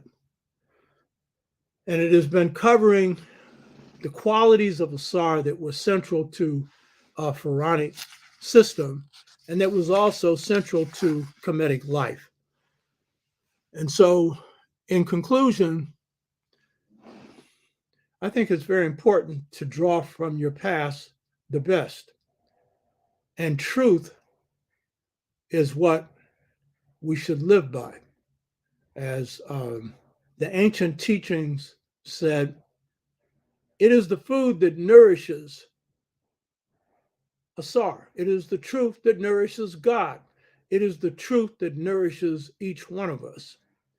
And we're living in a society today that it rests its education, rests its organization of society on facts that have been arranged to say whatever the people in power want them to say. The educational systems are not set up to orient people to truth. The first truth is to know yourself, and then to love yourself. And then by knowing yourself and loving yourself, to pursue a path in life of self-knowledge as the basis for all knowledge, and to try and be yourself in the world by adhering to the truth.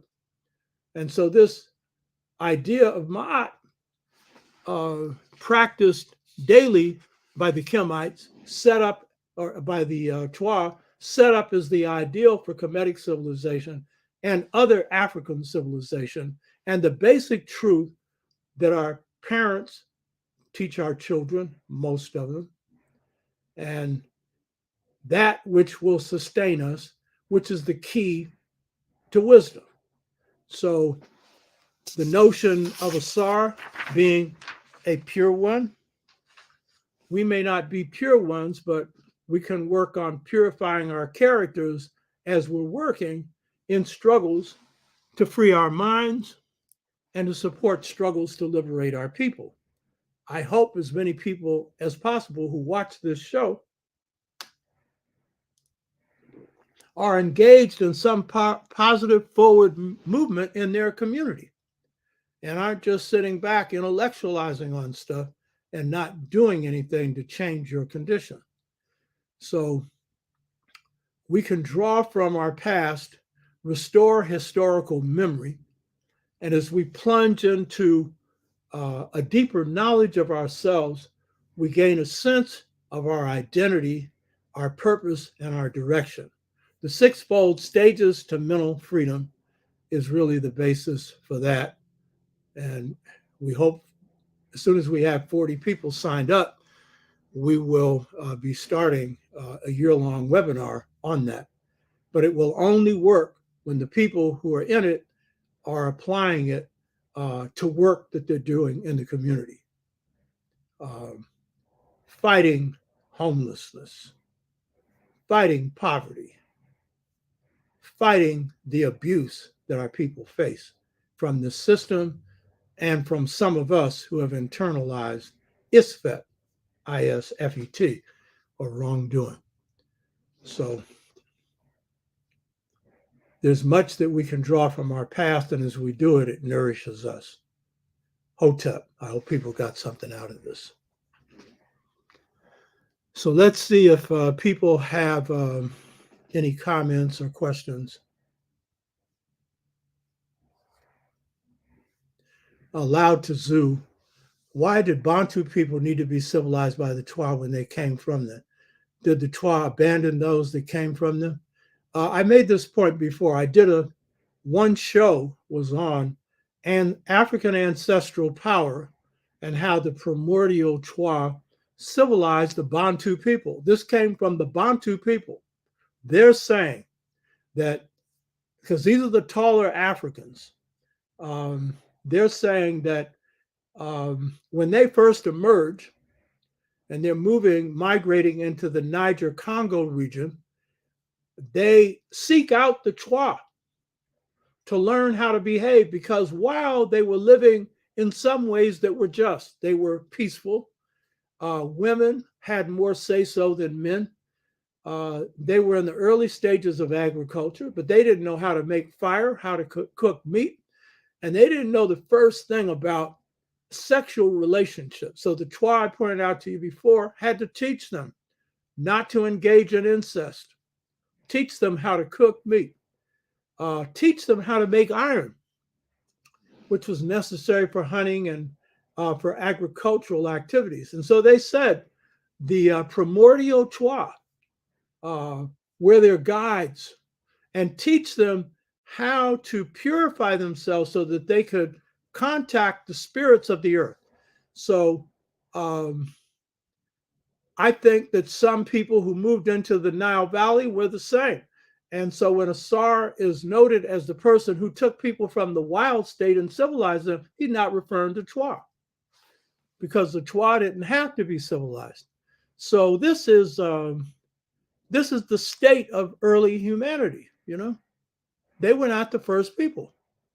So they needed to be civilized. They had some goodness in them. They had that balance that they had inherited from the Twa, male-female balance.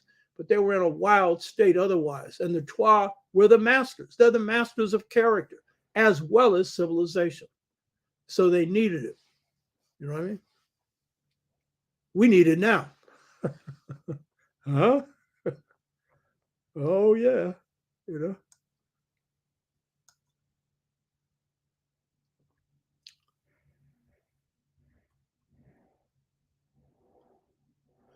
Okay. M. Jewell says solving the problem of your people, not being trained to solve the issues of others who mean one no good. Yes.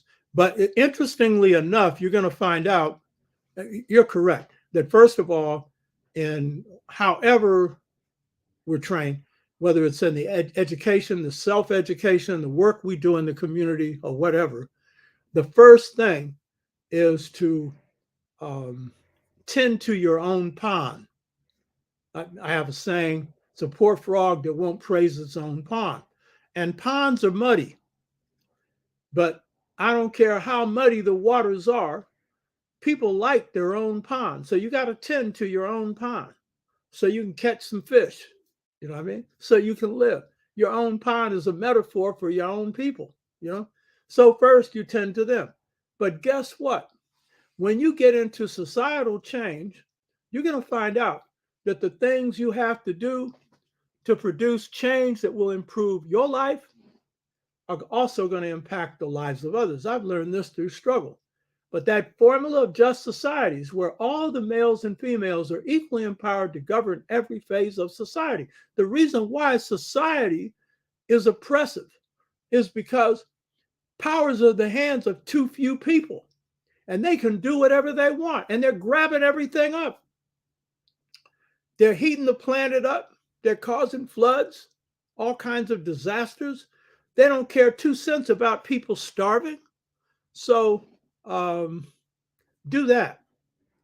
Um, Understand that the balance, the basis for just societies arise from that balance. So it means not just you. You're going to change society. I've been in movements that teach me that.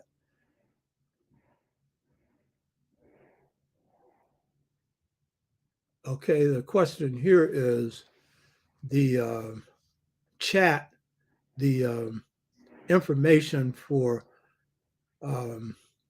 it's right here. Okay, the subscribing.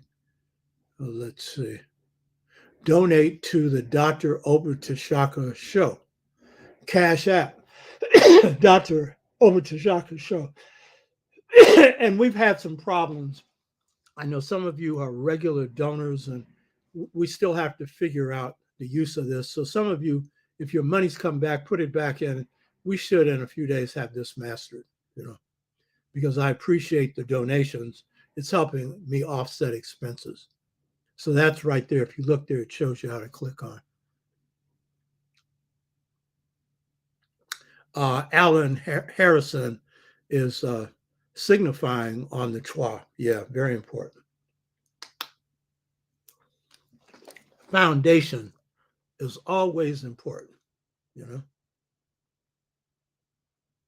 Yeah, Brother Ogawa is pointing out that it would be nice if people could make a monthly donation if it's $20, you know.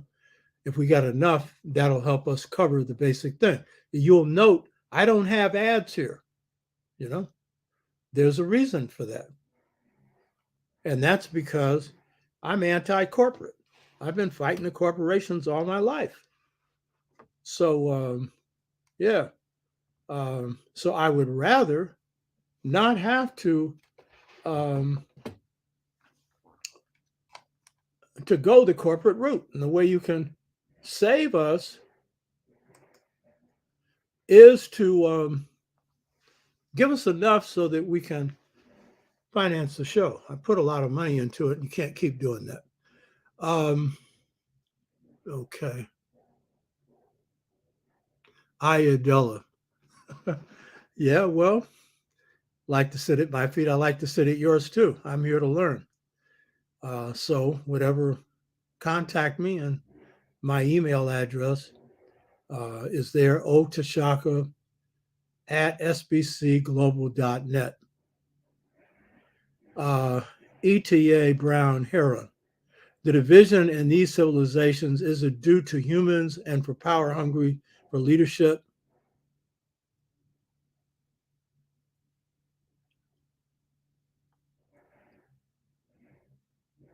Okay. It's also saying the Cash App did go through. Yeah, I would say that that's a key thing. There's a whole history to that. And my ninth book will go into this in detail. There's a whole history. And it is tied to the Aryan presence and what happens with that culture.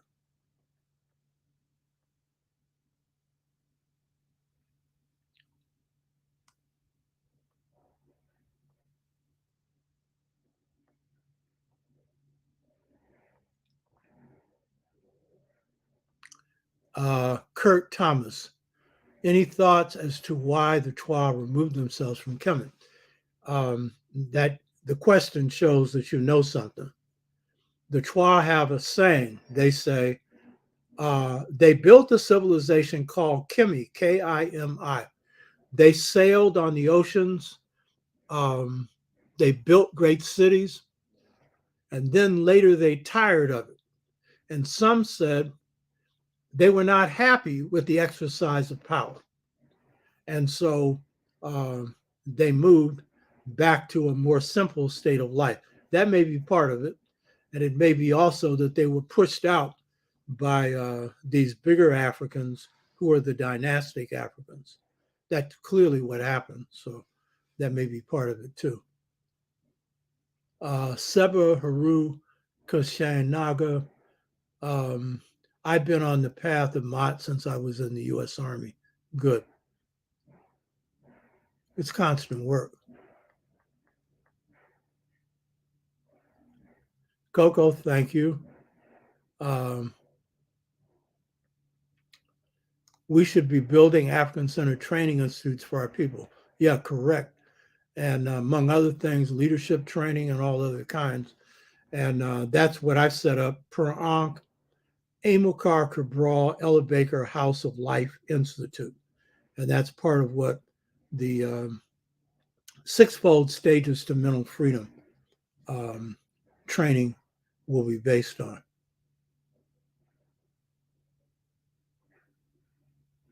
Gerard, I here see the references of the Twa as Ani or Anu.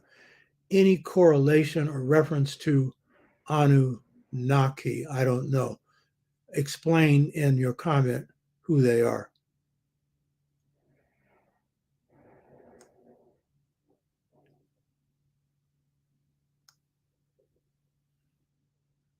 Okay.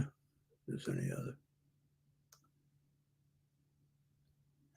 M. Jewel, so interesting. They knocked off noses, but couldn't do anything about the other features, would still show others who the Kemites were.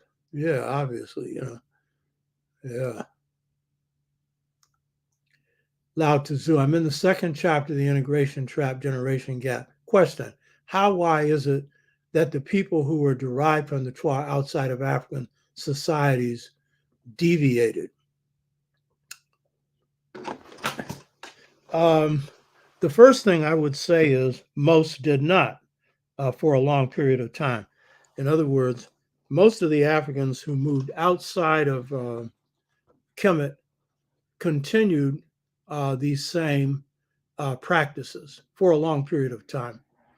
And then I've noted that the presence of the Aryan represents the first disruption, though it didn't impact Africa for a long time. But that's really where the first disruption occurred. It didn't come from within the culture. You know.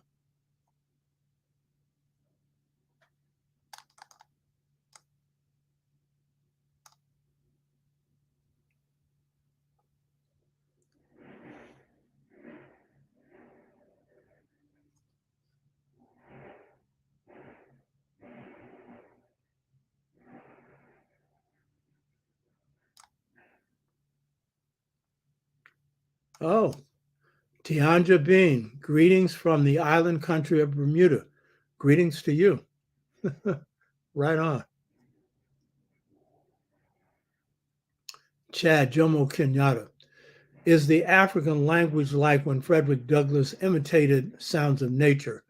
No. We have some people who have done some serious research on African American, African Caribbean, but specifically African American linguistics. And that it shows that basically 80% of Blacks in the US speak a Niger Bantu Congo linguistic language, which is, some people call it Ebonics. And in the Caribbean, it's even more pronounced because they're living in virtually all Black societies. So they're using it all the time. And so you may have African Americans who use it when among each other, but not in the presence of whites or not as much. So it's based on those speech patterns, vowel patterns, and everything else.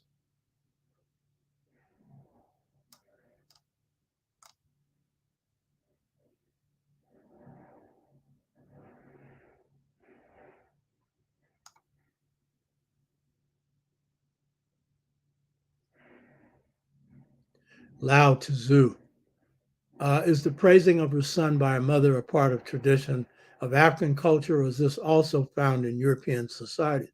I don't find it as a central feature of European societies, and it's a central feature of African because, in part, it derives from the whole worship traditions of Africans, and we all ourselves are divinities, and it also stems from a humanistic culture and a culture of love. So I haven't found it as a central feature in European society. And given the division between males and females, it would be found least among the way in which males interact with females. A whole lot less praise or respect, because there's a commodification of the female under patriarchy, treating them as objects and despising them. In not all cases, but it's central to that culture. You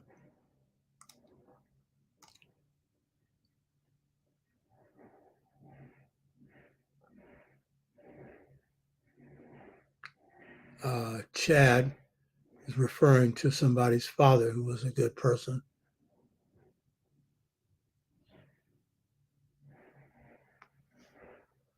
Imagine if here today we called our highest frequency people the pure ones.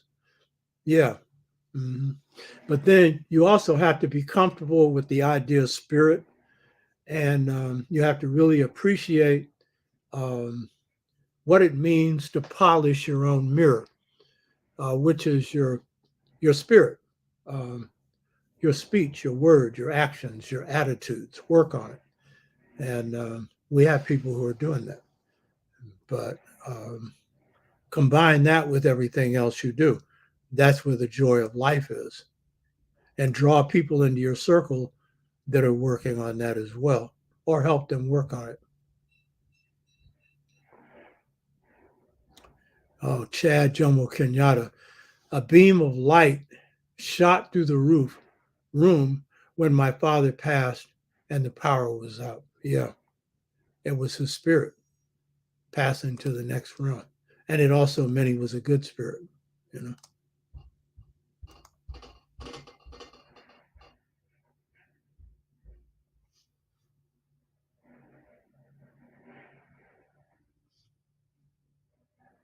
Okay, here is Francine Leonard, and she's referring to a king of Rwanda who helped out his own people when they came to the U.S., the Tutsis. I didn't know that's a good thing. The traditional systems do that.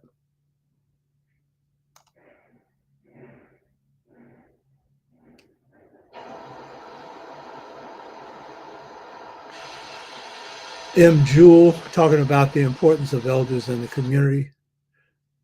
Chad Jomo Kenyatta, did the pharaoh have more than one wife when married to the sister for having children? Yes. In fact, the wealthy often had more than one wife, not just the pharaoh. And while in Africa, polygamy is part of the culture, a lot of them didn't practice it because they couldn't afford to, you know. because there are certain obligations that a man has under polygamy. He's got to provide them with a house, put them in business, and the profits of which go to them. So everybody didn't have that.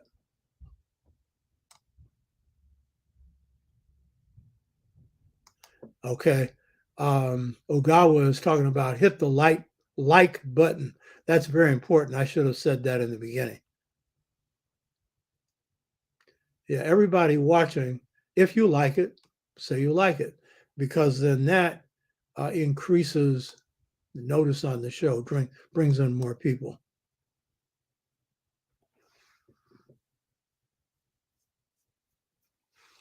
Wolf Menlu, he's talking about how Set was neither good or bad, even though he killed his brother.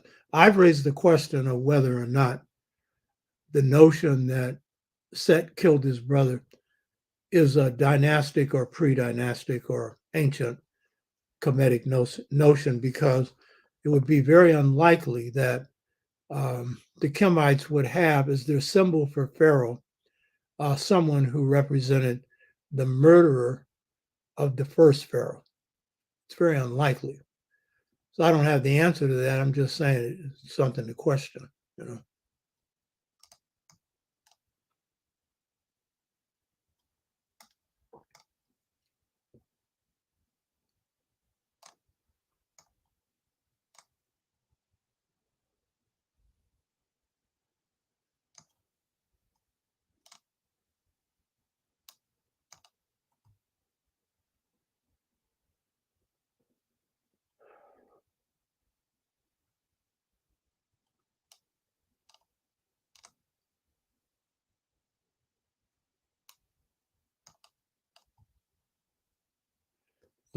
Lushanda, thank you.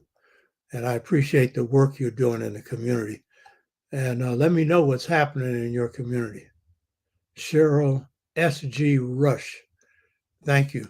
Thank you. You know, it's what keeps me going here, you know.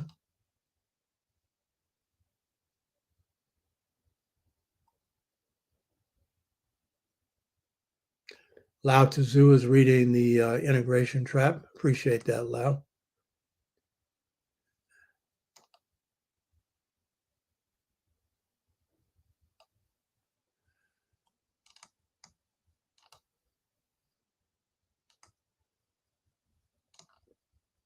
Okay, let's see what we have on the bottom here.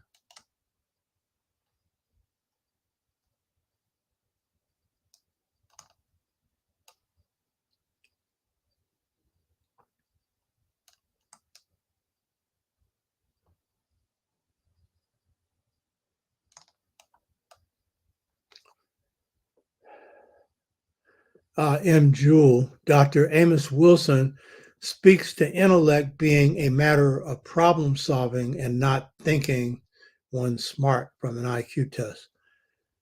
Yeah, but the book I'm writing on Sever deals with this, and so when it comes out, you should check it out. What's called the intellect or the analytical mind is the lower mind. It's one you need, but when it's placed in charge, and I did a program on this, you should go look at it. When the lower mind is put in charge, it's like the servant being put in charge, because it's the servant mind. It follows direction, and there's a higher mind. And so the West operates basically on this mind of reason, minus intuition, and a whole lot of other things. There's a lot to this, and my book is replacing that system.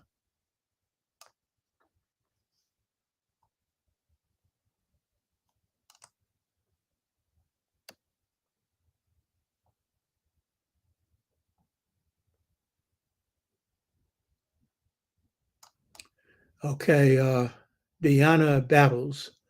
Where are the Bambara geographically? They're in Mali. They're right next to Dogon country. And they also use the same table of signs system that I've discussed. Their drawings drawn in the sand. that I've discussed in some other shows. They are a people of the great Mali Empire of Sunjata. Some of them are Muslim, but they're traditionalists. And then some of them are traditionalists.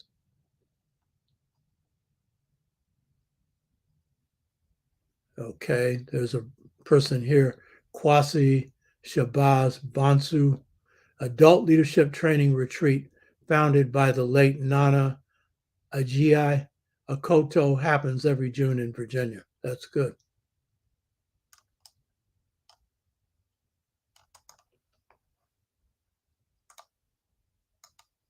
I found a mission. Thanks for banging me a week or so ago. Many Philadelphia schools don't have libraries. Unacceptable. Yeah, good.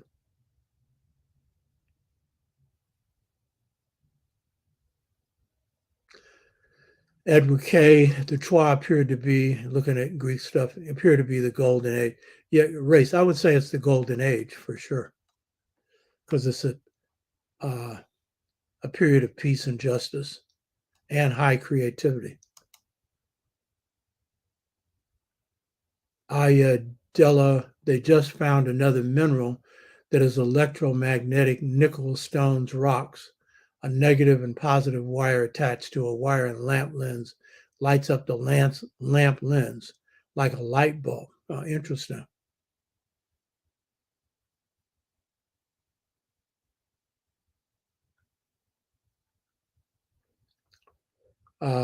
Big Payback Porter. Why did the name for the king change from MWST to Pharaoh? I'm not familiar with what MWST means. Did the Kemites have electricity? Apparently not. Okay.